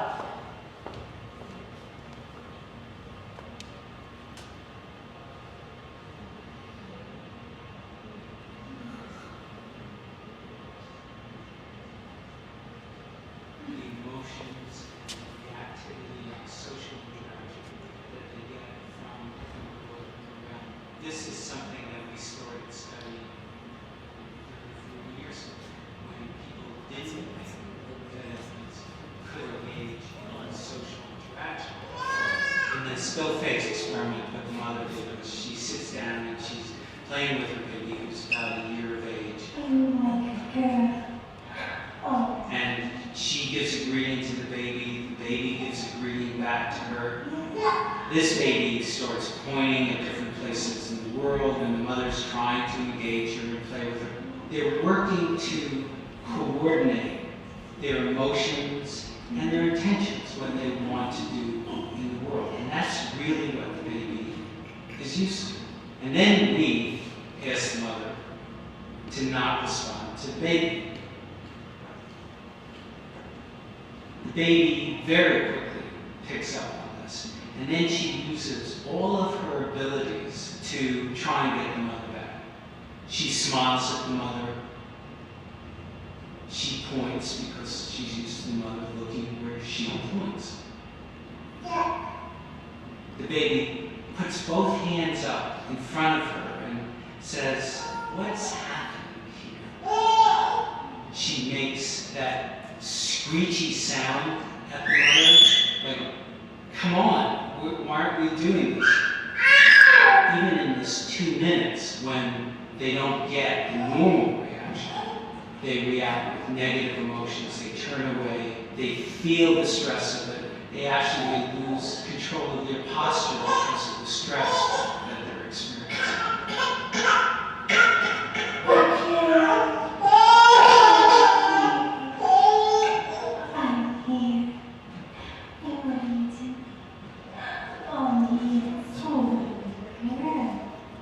It's a little like the good, the bad, and the ugly. The good is that normal stuff that goes on, that we all do with our kids. The bad is when something bad happens, but the infant can overcome it. After all, when we stop the still face, the mother and the baby start to play again. The ugly is when you don't give the child any chance to get back to the good. There's no reparation, and they're stuck in that really ugly situation. So this is essentially how, all right, you can stop. This is essentially how personality disorders develop. It's a dysfunctional attachment, and it's a transactional pattern that's impaired. So if you saw the stresses of that baby after a still face of 2 minutes, imagine the stress of a child after 16 years. And that's what we're talking about when we talk about neuroarchitecture. Oh, can we have a pattern? Yeah. Neuroarchitecture and neuronal patterning, right? There's no response, or there's disorganized response. I'm not going to go into the attachment theory, but there's basically different dysfunctional ways of a mother responding. They can be consistently still-faced, they can be inconsistently still-faced, or they could just be disengaged or abusive, and actively abusive. So essentially this is a patterning. It's visualized in art form, but it's a very disorganized neuronal pattern called, it's essentially neuronal dissonance. However, it's comfortable and it's settled. And so to change a personality disorder will actually be very hard and difficult because you're creating more neuronal dissonance. to actually have more neuronal coherence. Now, none of us have had perfect childhoods. We're all on a path of empowerment and growth and letting go of our childhood trauma and creating whatever dissonant parts of us into more coherence. But this is a process, especially now in like this shift, where we've had like 3 years of purging and everybody is awakening also on an individual level and going against their childhood conditioning to really awaken to their true selves. Yeah, that's it. Thank you guys. Thank you so much.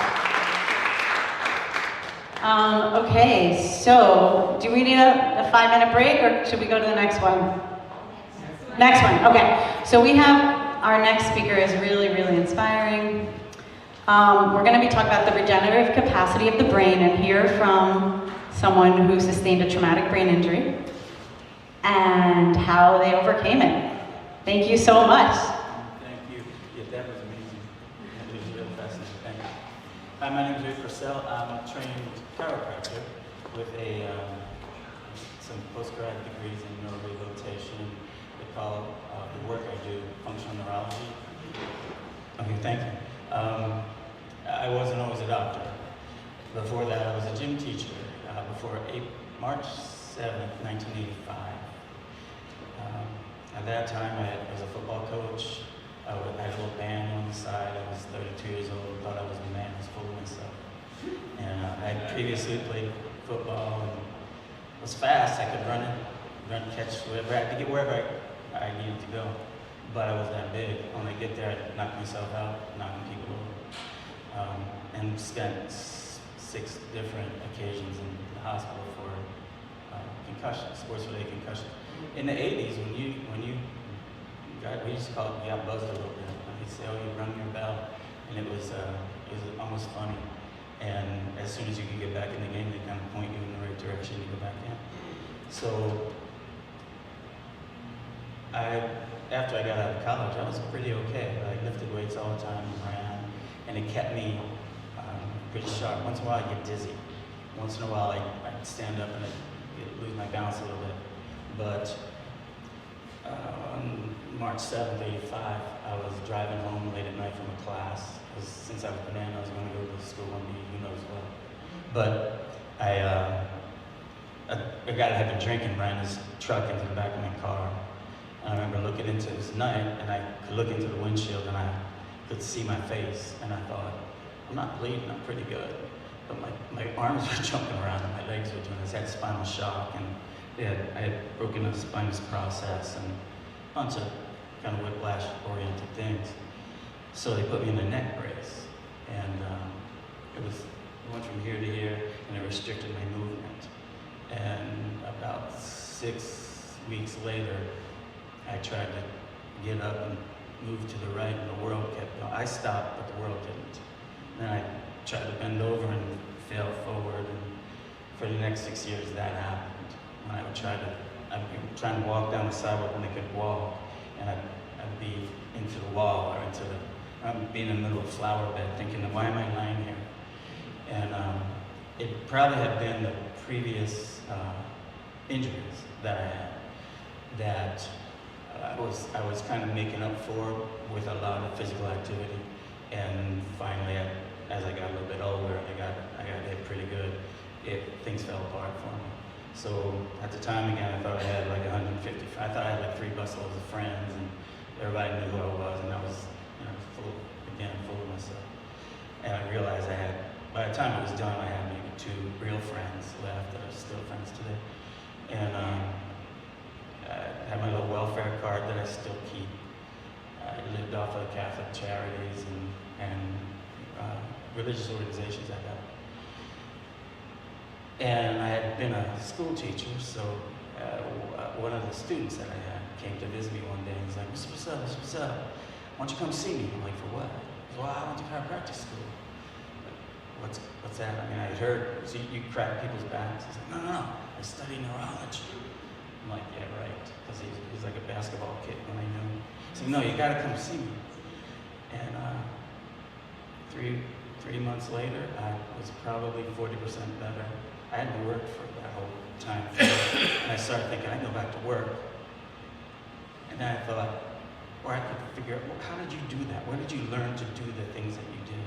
What he had done was, he did a real elaborate exam, and he took apart my visual system, my vestibular system, my autonomic function, my sensory function for my muscles, and he explained to me,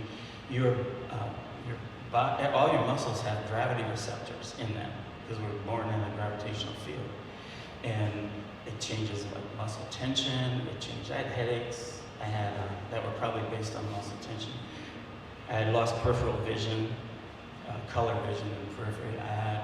I could hear my grandmother talk once in a while when I'd be under a lot of pressure. She had been dead for years. So I later realized I was bringing cells to summation, and the memory cells on my grandmother's voice were part of that, and that would come back. So some of the neurologists that I was seeing decided that I probably had some kind of mental disorder, because one of the things else that happened to me was I felt detached from, like I was watching, you guys would be like looking at a TV screen to me. And that was true with my personal relationships that ended up falling apart pretty quickly. Because people had to go on with their lives and I couldn't or didn't. Now, after I questioned enough, and the former basketball player that was now a chiropractor started explaining to me what he was doing, and he was altering sensory input based on things that he was finding. Same thing when I first met Adina, she asked, why when I dance do I feel better? And to me, you're sending gravitational input to your brain, and your brain is kind of based, the firing rate of your brain is kind of based on your input from your muscles a lot. You have other senses, like obviously vision, and you have little GPS senses, and you're sitting here on both sides of your head, hearing, but you can shut those off by like closing your eyes or plugging your ears. You can't shut down gravitational receptors unless you go to outer space or jump in a pool or something. So that sensory input integrates with a whole bunch of other things and allows your brain to kind of perk at a higher level. So that's kind of the general answer to why do you feel better? Why do people feel better when they move? Why do massage people? Why do chiropractors? Why do people that do body work have positive outcomes? And a lot of it is you're activating brain centers, whether you know it or not. And so 3 months after I started feeling better, instead of going back to work, I'm like, I'm gonna go figure out what the heck he's talking about. So I ended up in chiropractic school. I didn't really know what chiropractors did. I had been thrown out of a chiropractor's office once because I walked in and told him, I want you to crack my back right here. He's like, yeah, I want you to get out of here. Like, come on, man, I need you to crack my back. Because I need you to leave. And when I went to chiropractic college, every Wednesday morning at school, they have speakers that come in that are financially successful or have large practices. And one day there's that guy that threw me out of the office, sitting in front of the class. I'm like, you threw me out of your office once. Because I got thrown a lot of people. Anyhow, so when I got to school, I started being fascinated by some of the things that they talked about. One of them was neuroplasticity, which is a very common thing now, but in 1991, nobody talked about it. They thought we were crazy for thinking that you could shape the brain, that the brain was plastic based on experience. So because the brain interprets, accepts, interprets, integrates, and responds to sensory input, we learn to pick and choose the kind of sensory activation that we wanted. And we did it based on the exams that we would do. So if I did a visual exam, there's a second baseman that played for the AAA team for the Mets. We did a visual exam for him. He came in because he said, I can't hit a ball if it's up here. I'm killer down here. I can't do anything with it. But when he did his visual exam, his eyes went like this. When he pursued in this area, everything else was perfect. So I knew I had to fix that, just that part of his visual abilities. And then you go through and you run through all the systems, the vestibular system, which was my problem. At the time when I was hurt, nobody knew that there were such things as central vestibular problems. Nobody knew that there were what post-concussion syndrome was. So I was thrown out of other offices for arguing with doctors about, they would say, we did MRIs and we did whatever tests we're doing. You don't have anything that we can find. That's because your tests are not able to find the things that are out there. So that was a good lesson to me, because today when I think, like we study all the time since 1993, you're always doing another fellowship, always doing another certification, because there's thousands of neurological papers that come out every week. So I always have to remember that what we think is we know today, it may be a joke 5 years from now, or we may look back and go, what the heck were you doing? Like, I want to get a bus and go around and collect all the people that I treated when I thought I knew what I was doing 20 years ago. And the whole world changed 100 times since then. So, but the fascinating part, one of the fascinating parts was that neuroplasticity idea, when I realized that you can, if you can do a real good exam and you can find things that are not efficient, you also are finding and a lot of guys, 85% of their presentation is perfect. So because everything in your brain talks to each other, and because your brain interprets sensory input, you can guide sensory input to shape the experience of that person and make things that are not efficient again. And the reason that was important to me is, like, when we found that eye movement of that guy, that eye movement just wasn't there by itself. It talks to another 1,000 things, but people will talk about networks that'll have hubs. And if you fix that eye movement, you're fixing that entire network, or the eye movement wouldn't be able to hold up.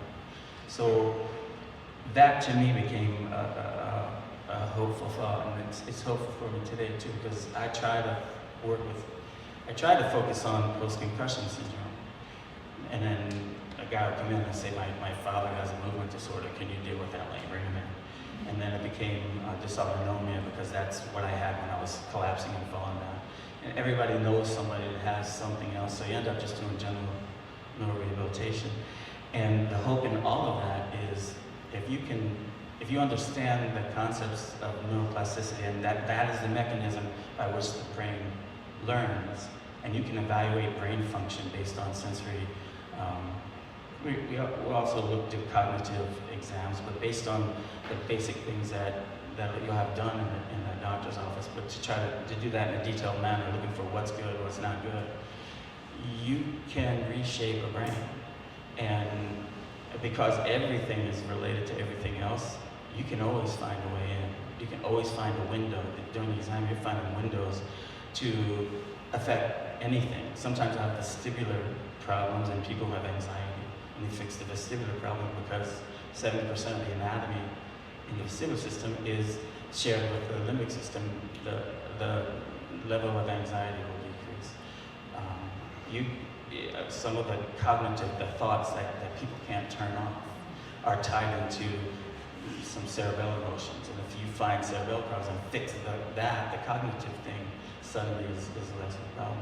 So to me, that is the hope. The neuroplasticity allows, it shows a regenerative capacity of the brain, and it gives you some direct way to interact with everyone that comes in with any kind of brain injury, neurodegenerative process, so that most of the people that we see, people don't walk off the street and say to a chiropractor, can you fix my brain injury? So most of the people I see have been through the mill. They've been around, and often I think the reason they don't heal is because they're in systems in which they're only allowed to go like 15-minute time slots, and you can only come in like a certain number of times, and then you can't come anymore. The setup for how people are addressing them is not appropriate for the needs of the subset of people that I end up seeing. Those people need an hour, and they need to explain themselves, and they need to be able to express what's important to them, and have time for us to then take things apart and see what we can find to put back together again. So the regenerative capabilities of the brain sometimes are limited by the structure that's around healthcare. How many people in here do healthcare? It's great, it's awesome. The individual need, the need for individual care is, because I thought when I started, I have to stay in the insurance industry, otherwise I'll starve to death, my family will starve to death, a whole bunch of stuff. And then I realized there are so many people that don't survive that system. And that if you present a good, solid program or service, and you focus on serving people, you can regenerate any brain, you can increase function on. Whether the person's not sick, not hurt, you can increase function on it. But if somebody has been trying to heal for like 5, 10 years, and they end up losing hope, and they end up not understanding how they might get better by coming to see either me or somebody like me. But it's your brain is designed to do these things, to feel a sensation, to respond to sensation.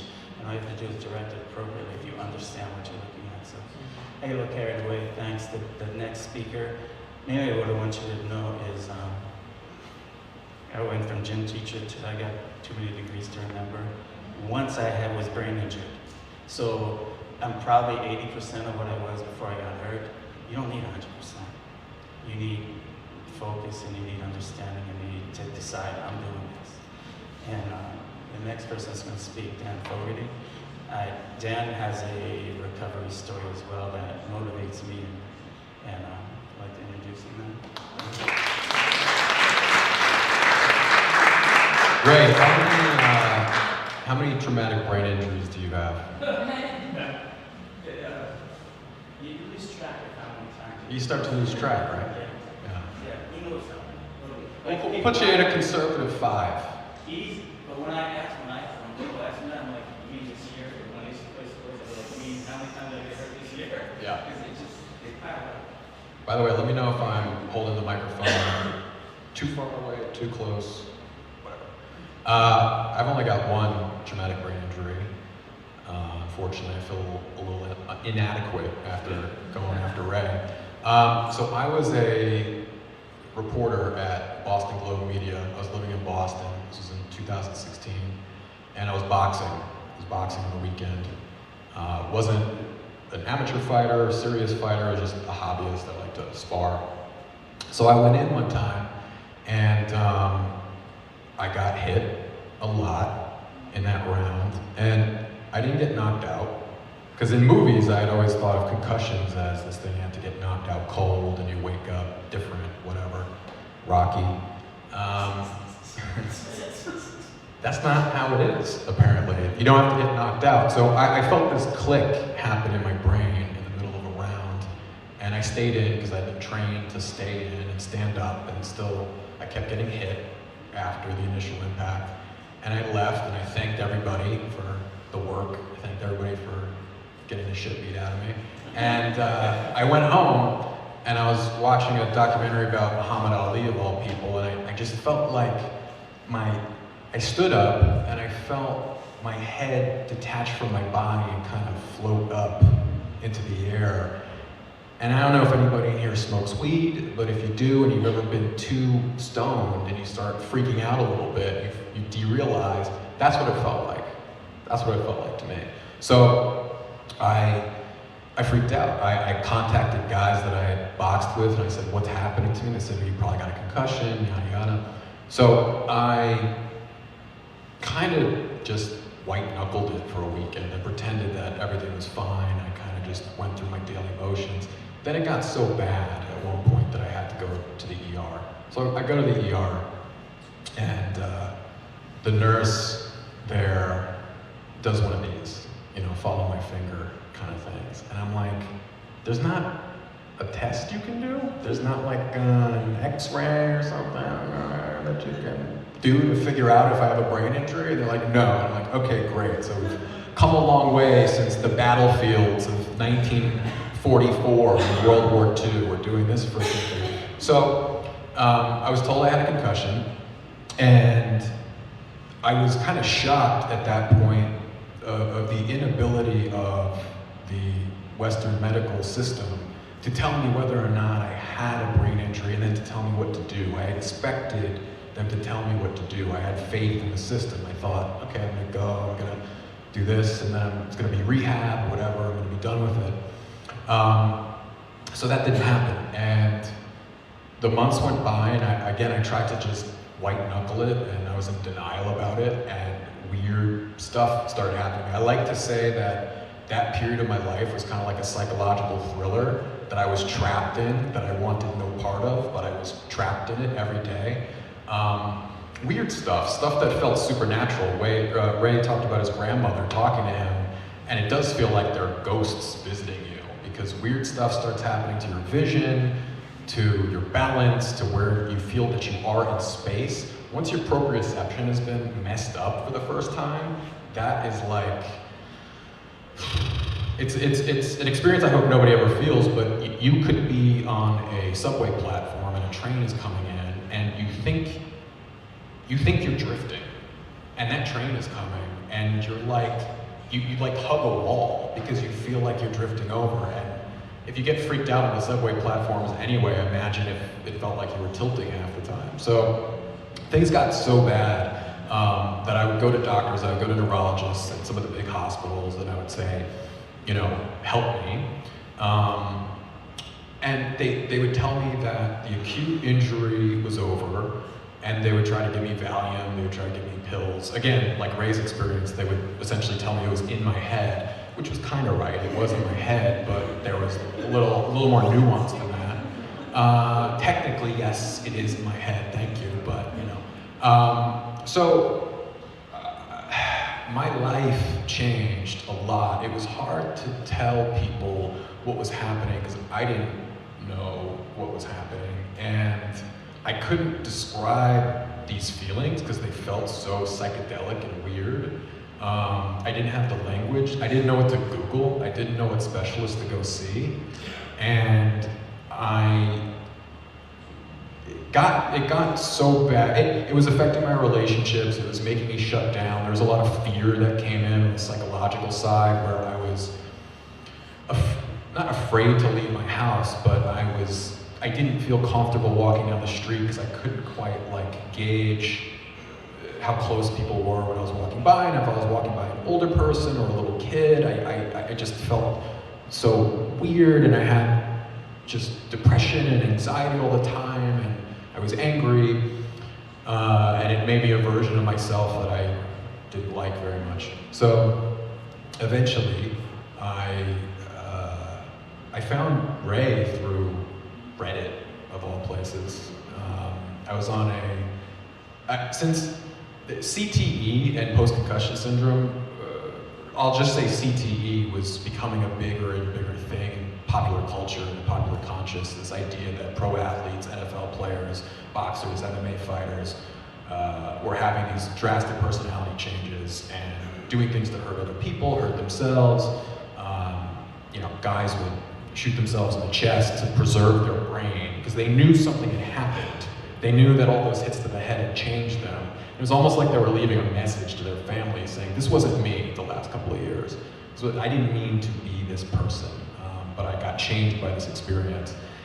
And I was online just reading these horror stories from people that didn't know what to do because the medical system wasn't set up to help people with brain injuries. It was very siloed. It was very good at fixing you if you had a gunshot wound or whatever, acute injury. But these kind of more complex things that you would move out and that would stagger over time, it's not set up very well to handle that kind of thing. So I started to experiment outside the bounds of Western healthcare system and eventually found my way into Ray's office. And I don't know if I cried the first time that I saw you, but I might have, because when somebody actually sat down and listened to me, as Ray said, let me speak, let me put some of the pieces together, and not only that, but told me that it wasn't in my head, again, it kind of is, but that I wasn't making it up, that changed the landscape. I didn't know if I was gonna get better, but at least I wasn't making it up.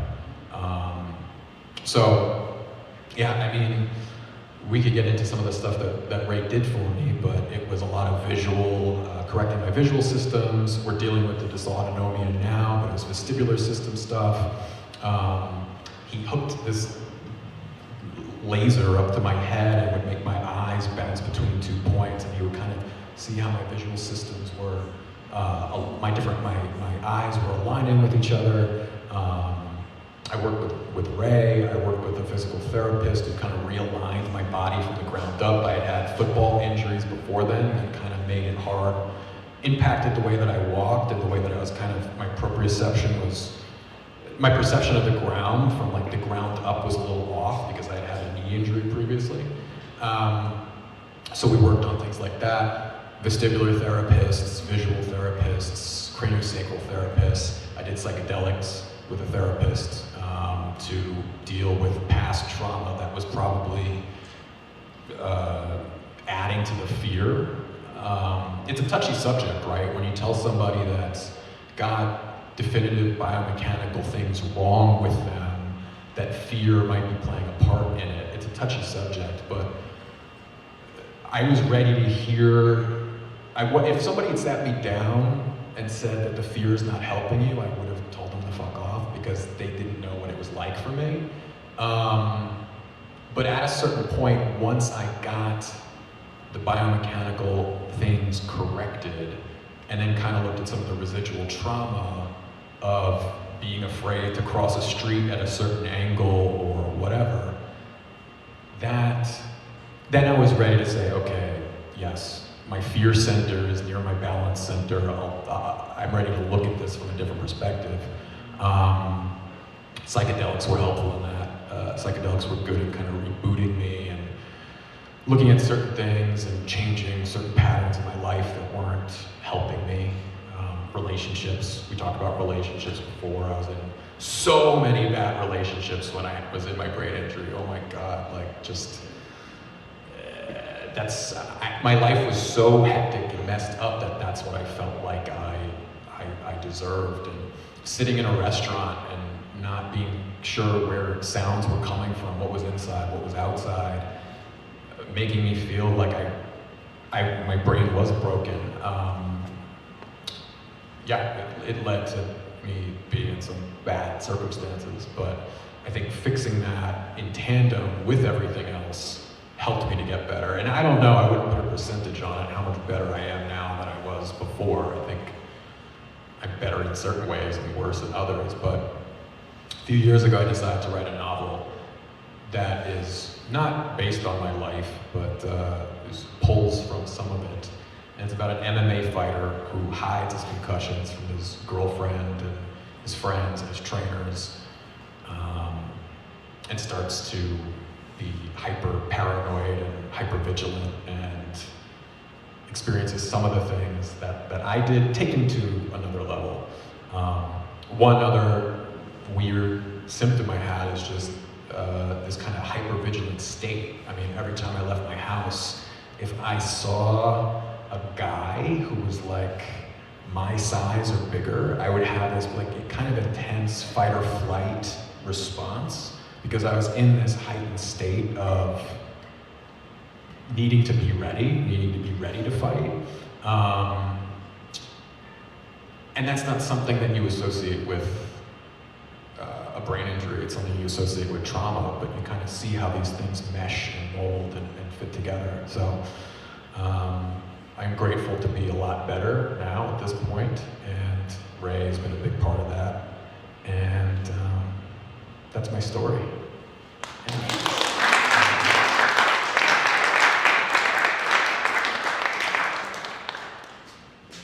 Thank you so much, Dan. That's incredible. I think it's really helped me, at least, to develop a lot of empathy for people experiencing brain injury, because I think it's really difficult to imagine what it would be like. Sometimes I think we take it for granted that we're walking and we're moving, and we don't necessarily realize how many things we need to actually just do simple things. So thank you so much for sharing. Okay, so for our last talk, or second to last talk of the day, this is a very exciting topic. It raised some eyebrows. Sex and the brain. That's our topic today. All right, so I'm glad you guys have stuck around until this point. How are you guys feeling? Are you learning stuff? Yes? You're gonna go home and implement some of these ideas and share with friends? Yes, so sex and the brain. How important socialization and touch and physical touch is for the brain? My Dr. Oz Garcia, please come to the stage.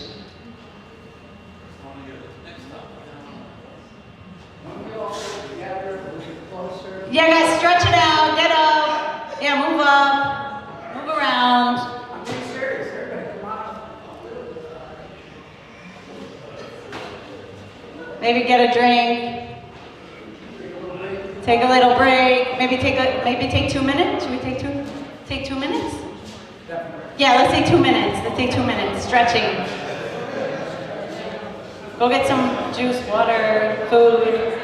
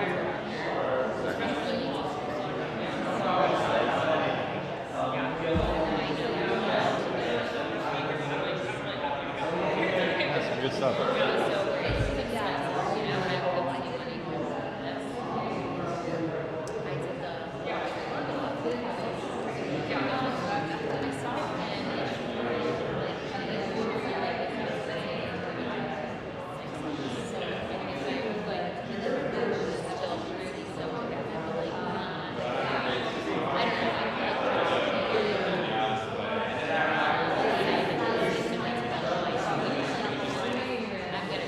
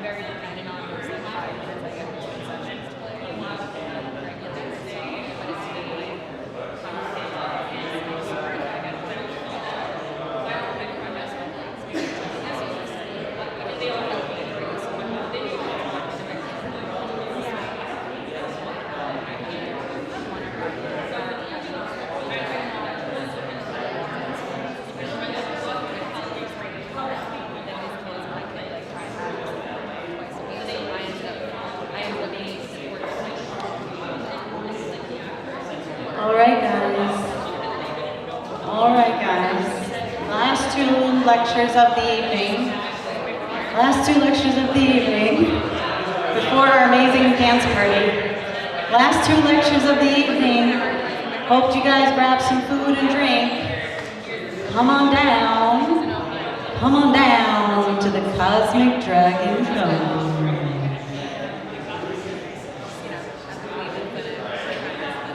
Grab a chair, have a seat, get comfortable.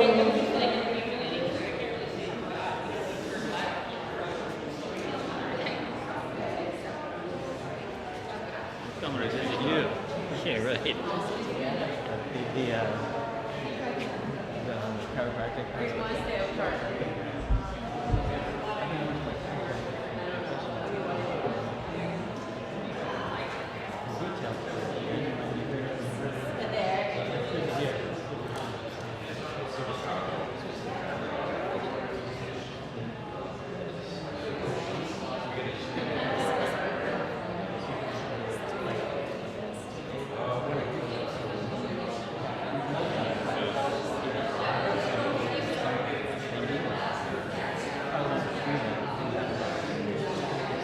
Come on down, check it out, the Cosmic Dragon Conference. Hope you all aren't too tired. Glad you guys got some food. Glad you guys got some drink. We're back. I hope you guys are staying for the special performance and dance party. The show ain't over. All right, let's settle down. I'm gonna close the curtain. I like this dimmer lighting. Oh, you want the bright? I would invite you all to move a little bit closer. Okay. I meant it before. Why don't we get a little bit closer? Yeah, guys, come on, move up. This is intimate. This is about sex in the brain. It's gonna be intimate. Guys, move up. Don't be shy. Move up.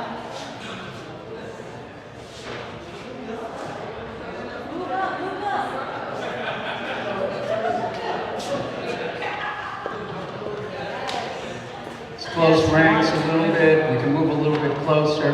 Move up. Makes it easier for me. Yes. Move up. Dance friends, move up. Move up. All right. Look up. We had look up, we had awaken, and we had fall in love. Now we're still in the fall in love, and after this we're going to be moving. Okay. I'm Oz Garcia. By occupation, I'm a nutritionist. I've been practicing in New York for about 40 years. And along the way, much of what will bring us to the subject matter, which is sex in the brain, or subject matter related to how to actually enjoy a better life overall, sex being under the umbrella of a more meaningful, fun-filled life. We were talking right before about the subject matter of fun, albeit briefly. And when you're talking about the socialized brain, when you're talking about enjoying human sexuality, there are certain caveats that I think have to be brought up first, and how it is that you actually enter states of mind, ways of being, where you're experiencing flow. Now, flow is, I think, central to what's actually made my career successful. What I suspect many of you would call being in the zone. Do any of you know what I mean when I say flow? Otherwise, I'll elaborate on it a little bit. Flow, being in the zone. How many of you are, good, how many of you are coaches, therapists, MDs, psychologists? All right, so we've got plenty of people in the health field.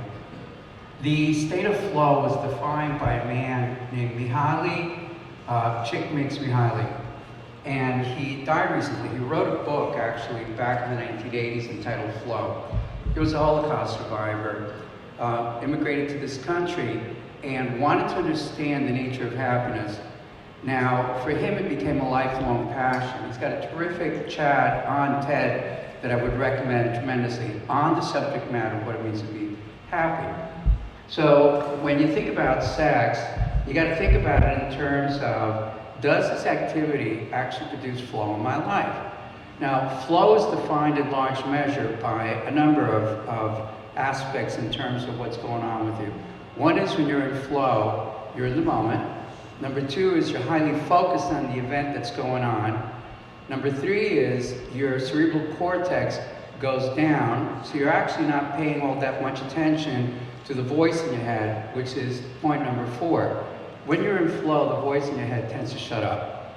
So if you're an athlete, somebody like, let's say a Tracy Vaughn, who's probably one of the world's greatest Olympic skiers, Tracy would, right before she would go downhill at about 60 miles an hour, you could see her at the top of the mountain, kind of looking around and visualizing what was about to happen. I suspect if Tracy on the way down started to worry about the argument that she had that morning with her boyfriend, or whether or not she had an outstanding bill that needed to get paid, she would pop out of flow. Right? And we recognize that flow can be entered into through athletic events, primarily in sports.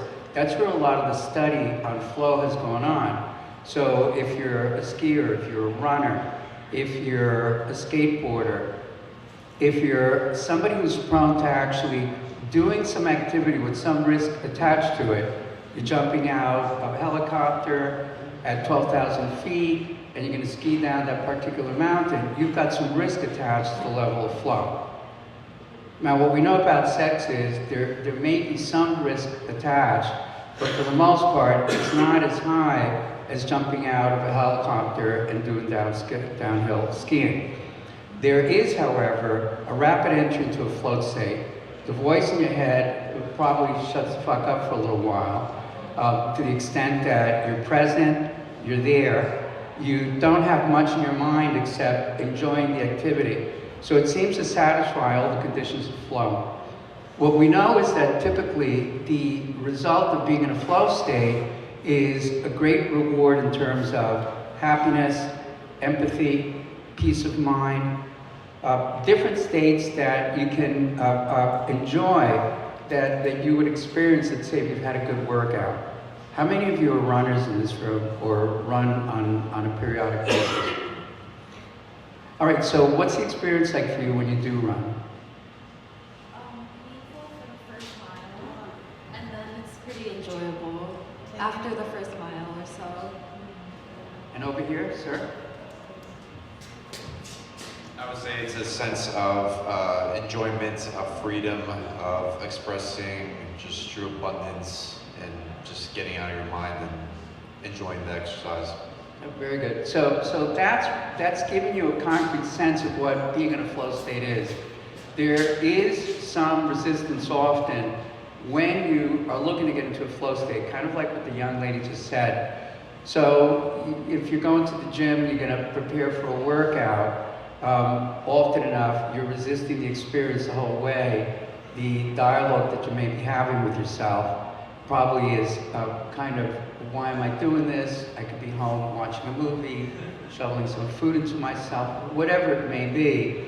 So there's resistance associated prior to getting into a flow state. You find yourself on the treadmill, soon enough you're kind of moving along, you're getting a little bit quieter in your head, 45 minutes later you're off the treadmill and you're just ecstatic with what you achieved, right? Those of you that have been long distance runners and racers and marathoners, you would be ecstatic at the end of a marathon. Anybody do a marathon in here?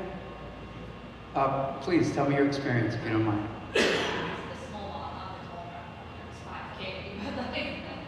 For me, it was still that like achievement that on the hallway I was feeling like I was dying, because I was out of breath, and but when I still finished, it was just I felt so powerful, and when I finally finished, I wasn't too tired, I felt great. Very good. So you're getting a sense, more or less, what being in a flow state is.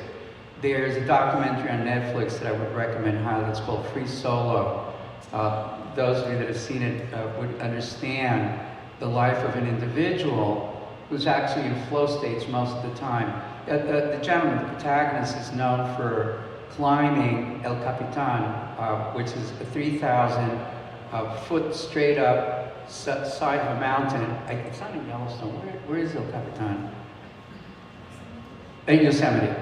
And what makes him unique is the fact that he scaled El Capitan one morning in 2 hours. Typically, he completed that scale straight up. What makes him unique is that he uses no safety gear when he climbs. So typically it takes about a day to 2 days to scale it with safety gear. Right? You'll see many individuals that are scaling El Capitan take a break, hang out in a little hammock, right? Sleep there and then continue, and they're hammering the way all the way up.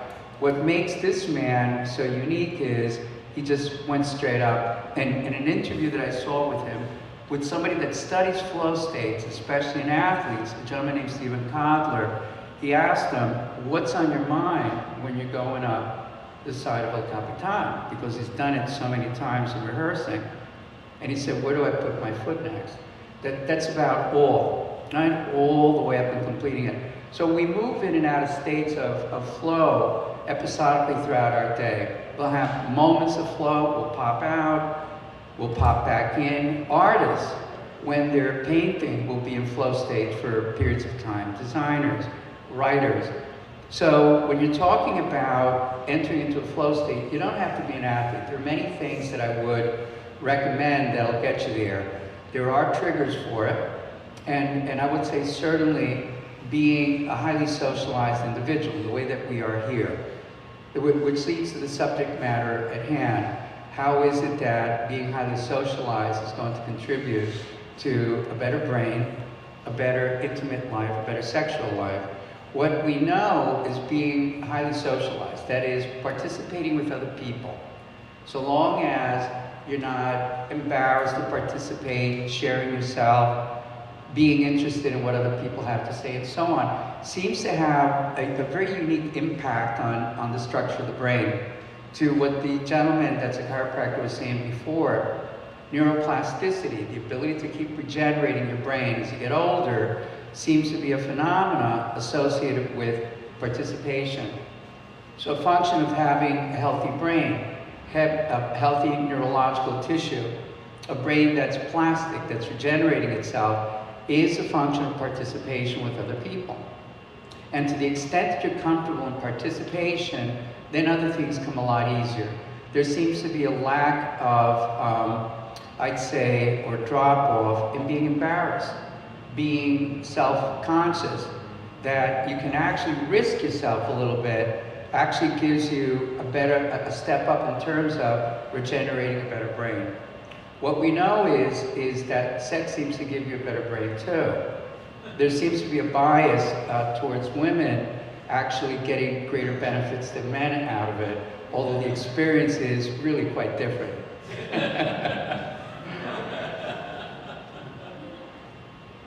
We do have the babies. Yes, we do. Do you want to comment? Makes it on that? even. Yeah, guys, have friends. Get out. Don't stay in your house. I feel like isolation has been normalized over the past 3 years. And you'll die younger, because if you look also as people age in geriatrics population, they become more and more isolative. They get out less, they socialize less, they're less engaged. And it does lead to furthering dementia and deterioration of their functioning. So it's not healthy to be home and not be social. Obviously we all need our space, but I just want to piggyback and say, make efforts to socialize. And socialize means face to face. Socialize does not mean texting. Socialize does not mean FaceTiming. It does, but it's face to face. Then you have the eye contact, then you have the oxytocin, right? There is a big difference between virtual connections and virtual relationships and face-to-face relationships. And I want to emphasize that now, because I see the youngins not realizing that. Okay. else I want to say. I'm sorry. Being engaged in sexual intercourse, whether it's a heterosexual relationship, a gay relationship, seems to be irrelevant. It seems to be that the connection, where you're literally connected, actually produces, as she said, a chemical which will actually make you live better longer, which is oxytocin. So oxytocin shows up in all sorts of ways. When we're making eye contact, when you make eye contact with somebody, and when you're making eye contact with somebody that you're attracted to, you just start generating oxytocin. What gives a parent, especially a mother, when she's breastfeeding her baby, that kind of attachment and fear that something can happen to the child is the production of oxytocin and the pursuit of producing more by breastfeeding. Right? So there's an ongoing reward system, a feedback loop between a loving stare into a child in the way that we saw on the screen before, not a still face.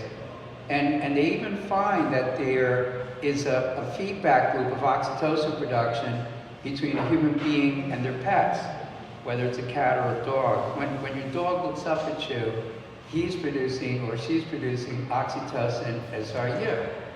So there's a great deal of it that's being produced actually when you're in a sexual encounter. So you're getting oxytocin, you're getting better brain tissue, you're getting brain-derived nootropic factor, you're getting flow states.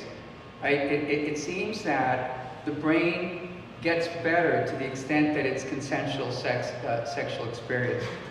I'm going to stop for a moment. I want to turn it over to the group so it's a little bit more interactive. I don't like just talking straight out. Questions or commentary?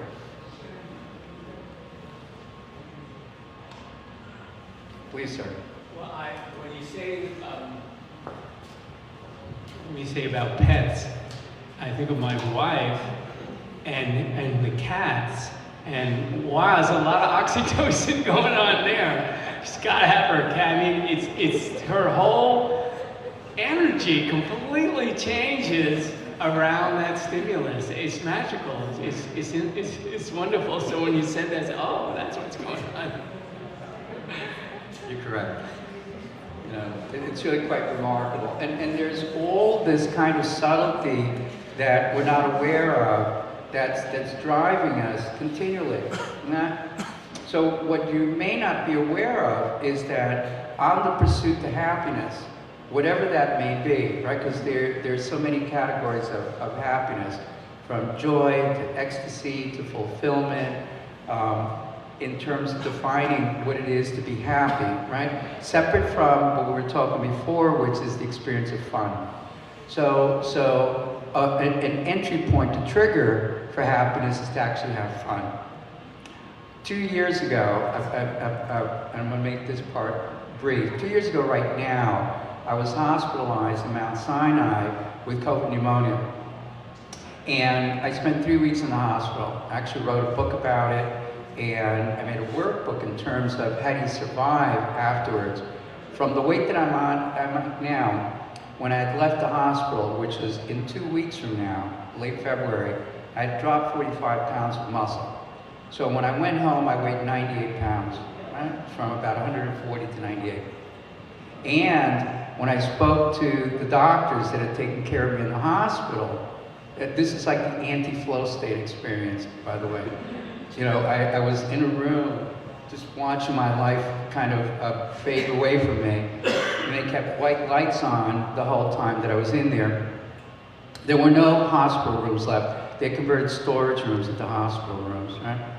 So you had no control, really, no autonomy, no biological autonomy whatsoever.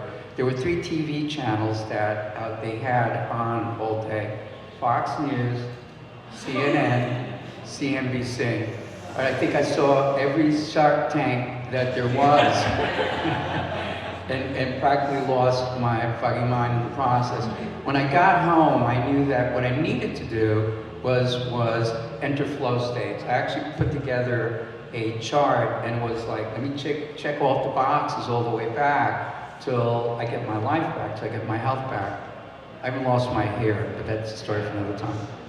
So central to, I think, the human experience, what it is to have a meaningful life, is to understand all the fundamentals that eventually allow you to enjoy a rich sexual experience. I think that being highly ritualistic with your habits, certainly in the mornings, how it is that you get up, how it is that you spend your first couple of hours when you're awake, how it is that you be mindful, are you a meditator or not, do you get body work, do you experience contrast of extreme heat and extreme cold, even in this weather, do you go outside and kind of enjoy it for a while? Do you enjoy cold showers, cold baths, cryotherapy? All things that actually make you a stronger, more durable individual that allows you to have greater control over what's going on in your head. Eventually will make you a better sexual partner. Huh? Do you actually pursue aspects of fitness? Are you a fit human being? What is it that you eat? What's your diet like? How much do you socialize? What's your sleep like? Are you somebody that actually understands that the function of being alive, the function of being alive is to be optimistic, right? And then stringing all the things together that I'm talking about so that in the end you actually have what I would consider the most important aspect of my message, which is peace of mind. All right, I'm going to leave it there. Thank you. Thank you so much. Thank you. All right, guys, I hope you're going home with some tips of how to improve your life. We have our last speaking slot now with MedStarter, and then I hope that you'll all stay for our performance and dance party after that. Okay, Alex, welcome to the stage. Hey folks, thanks. So having been doing the video recording all day, not yet, Hannes. Where's the clicker?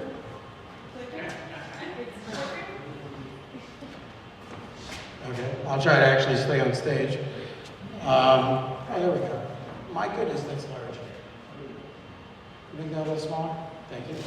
So, okay, obviously the font's got messed up. So, thank you, Adina. Amazing conference. Great job. First time out. Big round of applause for Adina. Chalima.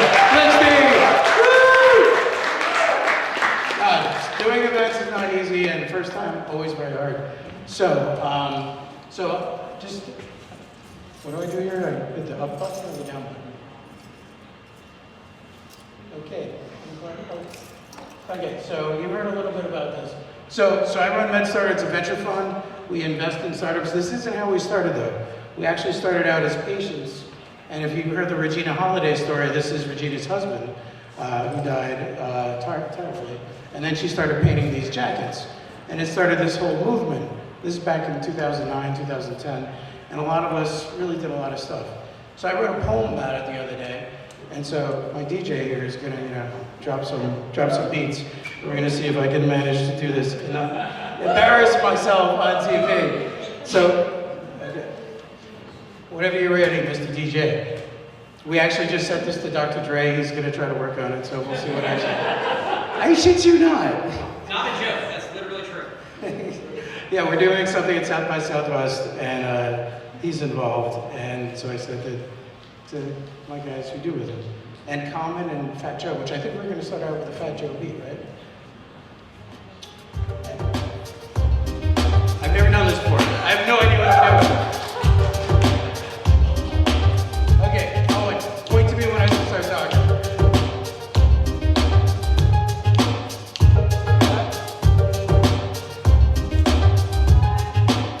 Let's go! We struck a boot. We swing.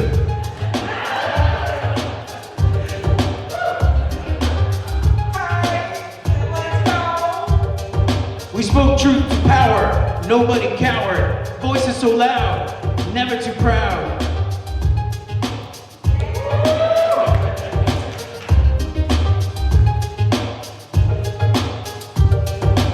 Wearing our jackets, we meet for the racket. Believe we can try to change, but everything stayed mostly the same. So we created new ways, some of them got play, changing care, shortening stays, but where are they today? iTriage bought by Aetna, Flatiron disappeared by Roche, registered patient RIP by Endion, and the list goes on and on and on and on.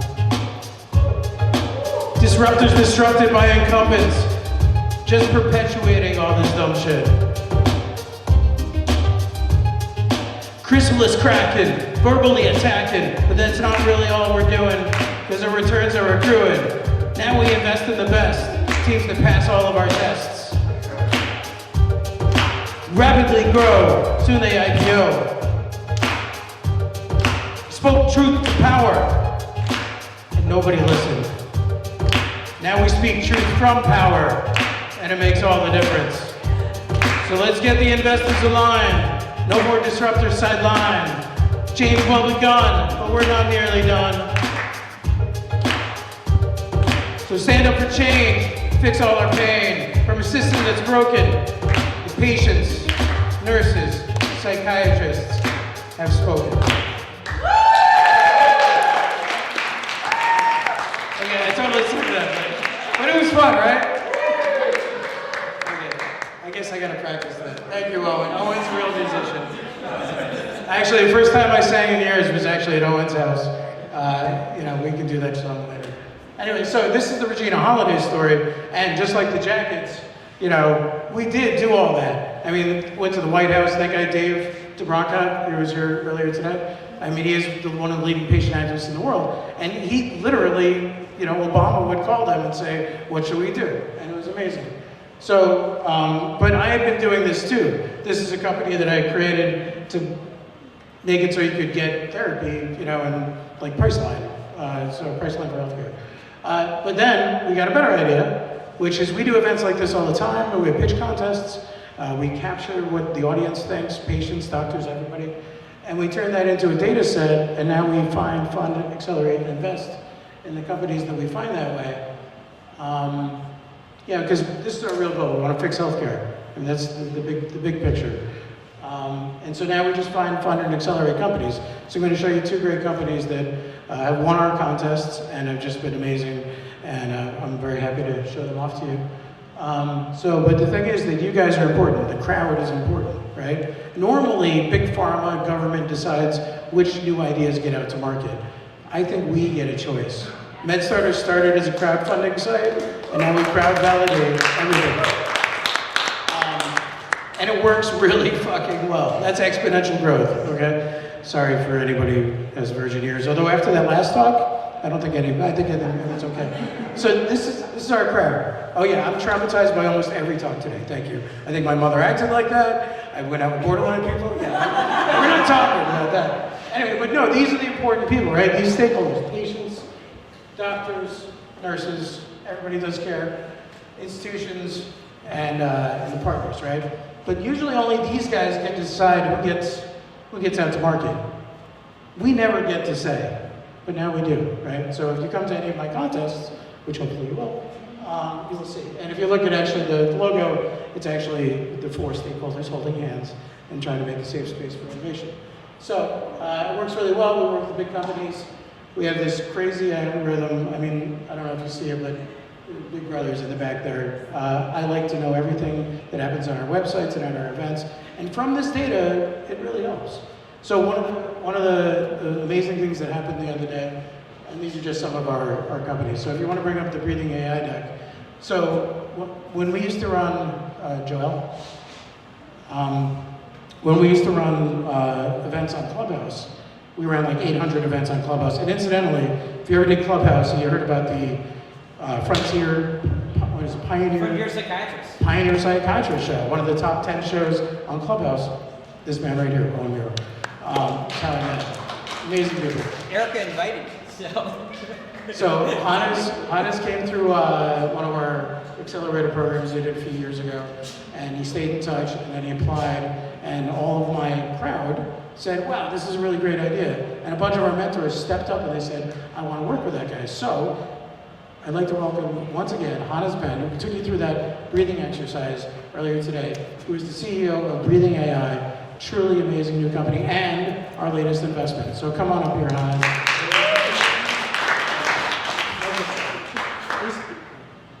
Okay, so here's what we're gonna do. He's gonna give you his pitch, and I want you guys to ask him questions. You can give positive feedback, but feel free to ask questions. And we'll do like 7 minutes of this.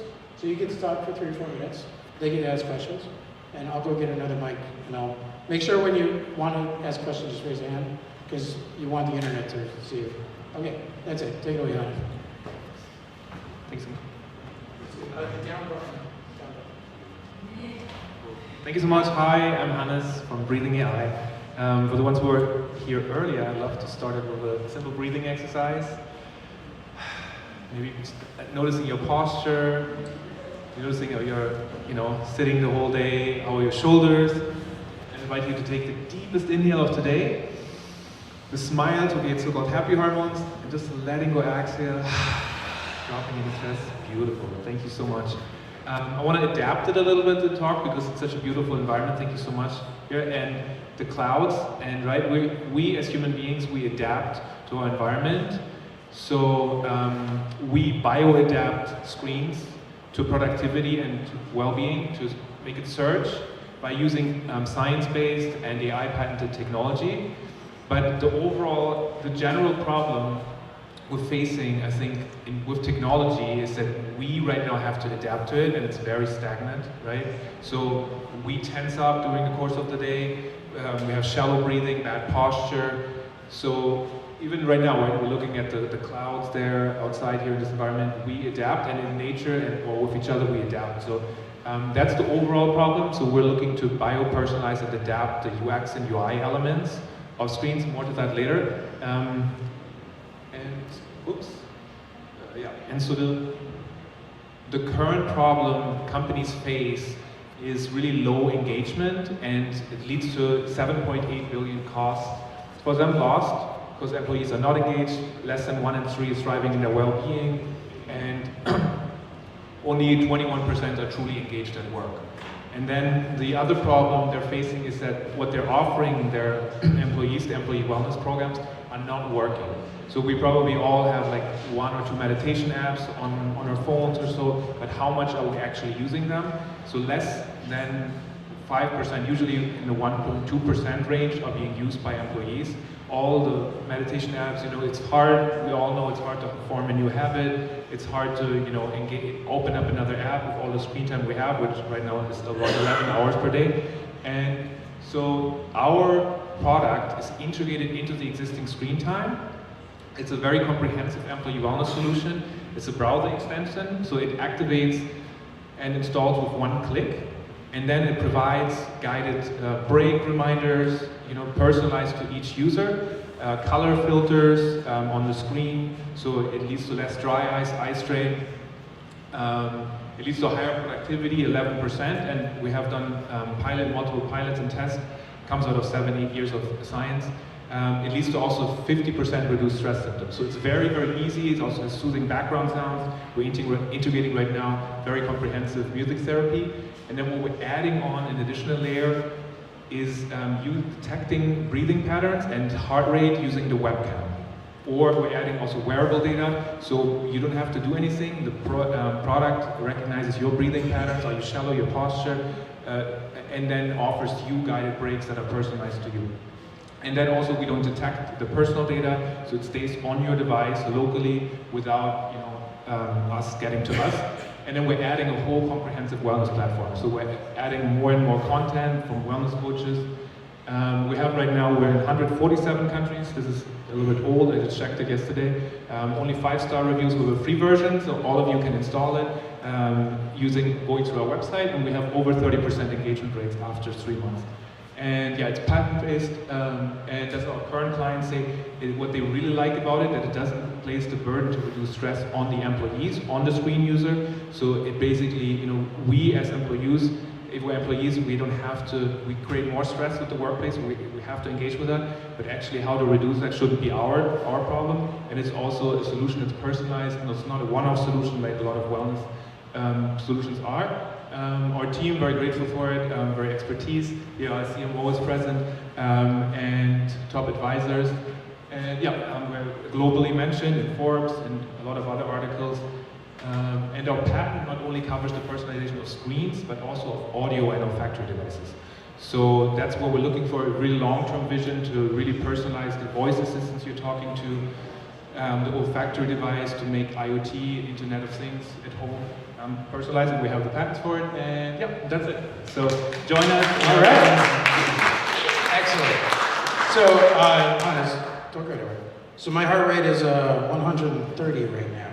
Do you think that if the colors were a little different, it'd be lower? Yeah.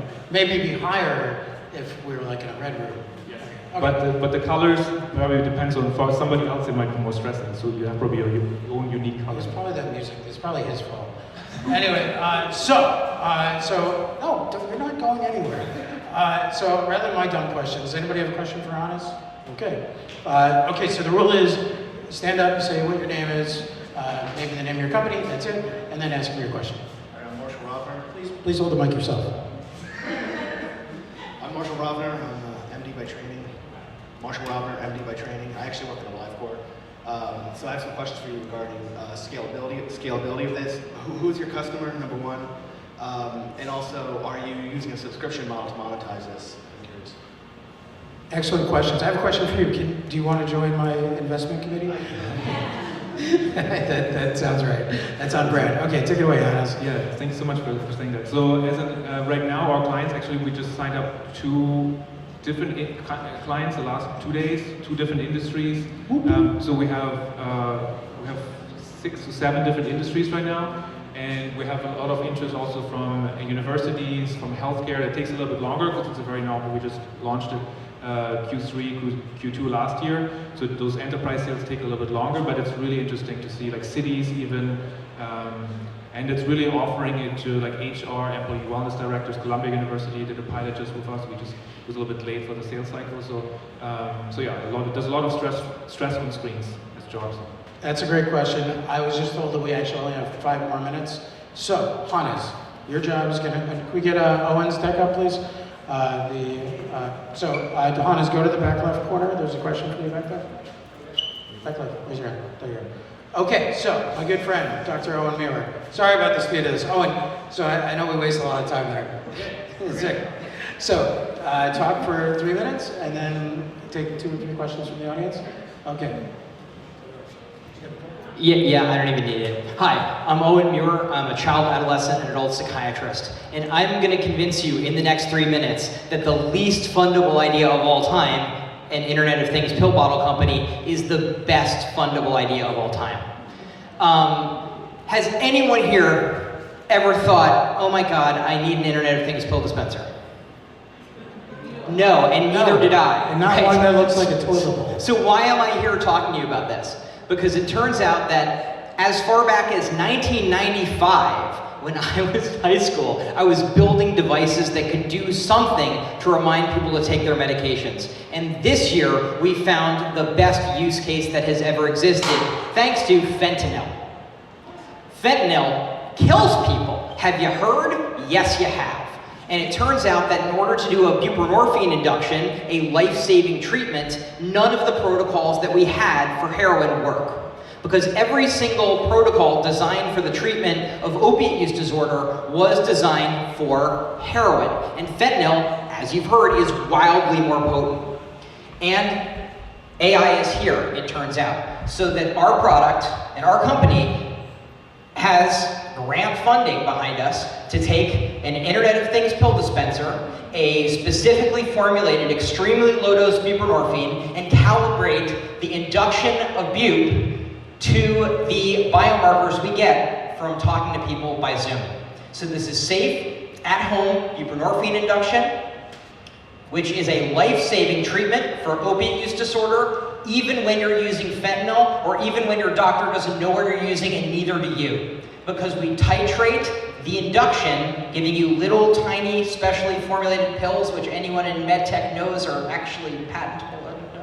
We have an algorithm that looks at what's happening on your face, while you're talking to the person, and we automate the process of doing the error-prone and laborious clinical observation withdrawal schedule, and we can dispense this at home. Our partners are UCSF, the Veterans Administration, which gives us a fabulous access to a novel payment model, thanks to a court ruling last week that forces them to pay for everyone who's suicidal, and that is the story. Questions are welcome. Okay, so my first question is it hammer-proof? It is, yes. Really? Yes. So if I'm an addict, Yes. I'm not an addict. Okay. If I were an addict and I had a hammer, I can't get into that? So we built it to be hammer-proof. I mean, like, can you destroy anything? Yeah, probably. The trick is you don't, if you're using fentanyl, you don't want to crack that open with a hammer, because if you take too much of it, you go into immediate withdrawal, because buprenorphine has a higher occupancy at the mu opioid receptor. And so it's actually a little bit at a time that you need, not a whole lot. Question? Okay, one question from the audience. State your name, home, and major. My name's Evan. I'm a counselor in school. This just seems like, I don't know, what kind of market is it? It just seems like a very niche market, you know, like finding fentanyl addicts. It's the leading cause of death in America. I know, but like, how do you actually find these people? They seem like people that are not exactly in the mainstream of society. They are not exactly maybe at your parties, but they are in the emergency rooms of hospitals throughout this country, constantly dying. And they're on the street, constantly dying. And EMTs are picking them up dead off the street. This is not a hard-to-find cohort. It is the #1 leading cause of death in young people in America. Okay, I think actually the essence of this question is who's paying for it? Who's paying for it? So it's government, really. It is grant funded, but this is a government payer play at the end of the day. Medicare Advantage, dual eligibles, VA, etc. Yep. Okay, Hannes, come up here for a second. Okay, so we're gonna end this show. This is awesome. Big round of applause for Owen Muir, Dr. Owen Muir, psychiatrist. And actually, Owen has a ton of other amazing, innovative approaches like transcranial magnetic stimulation, esketamine therapy. So he is very leading edge, and he's working with a company that has won one of our contests before, and we'd love to see them be successful. He's their CMO now. Anyway, so I just want to say this is an example of the companies that we invest in, we love, we accelerate. And the thing is that we see all these problems, but we got to do something about it. This is how we do. We create innovative solutions, and we help them grow, and they're awesome. So if you're interested, please talk to them during the dance party, on the swings, whatever. Recurring revenue, government payer. There you go. Okay, pictures have spoken. Thank you guys, everyone. Thank you all the speakers. We're officially done with the speaker part of this conference.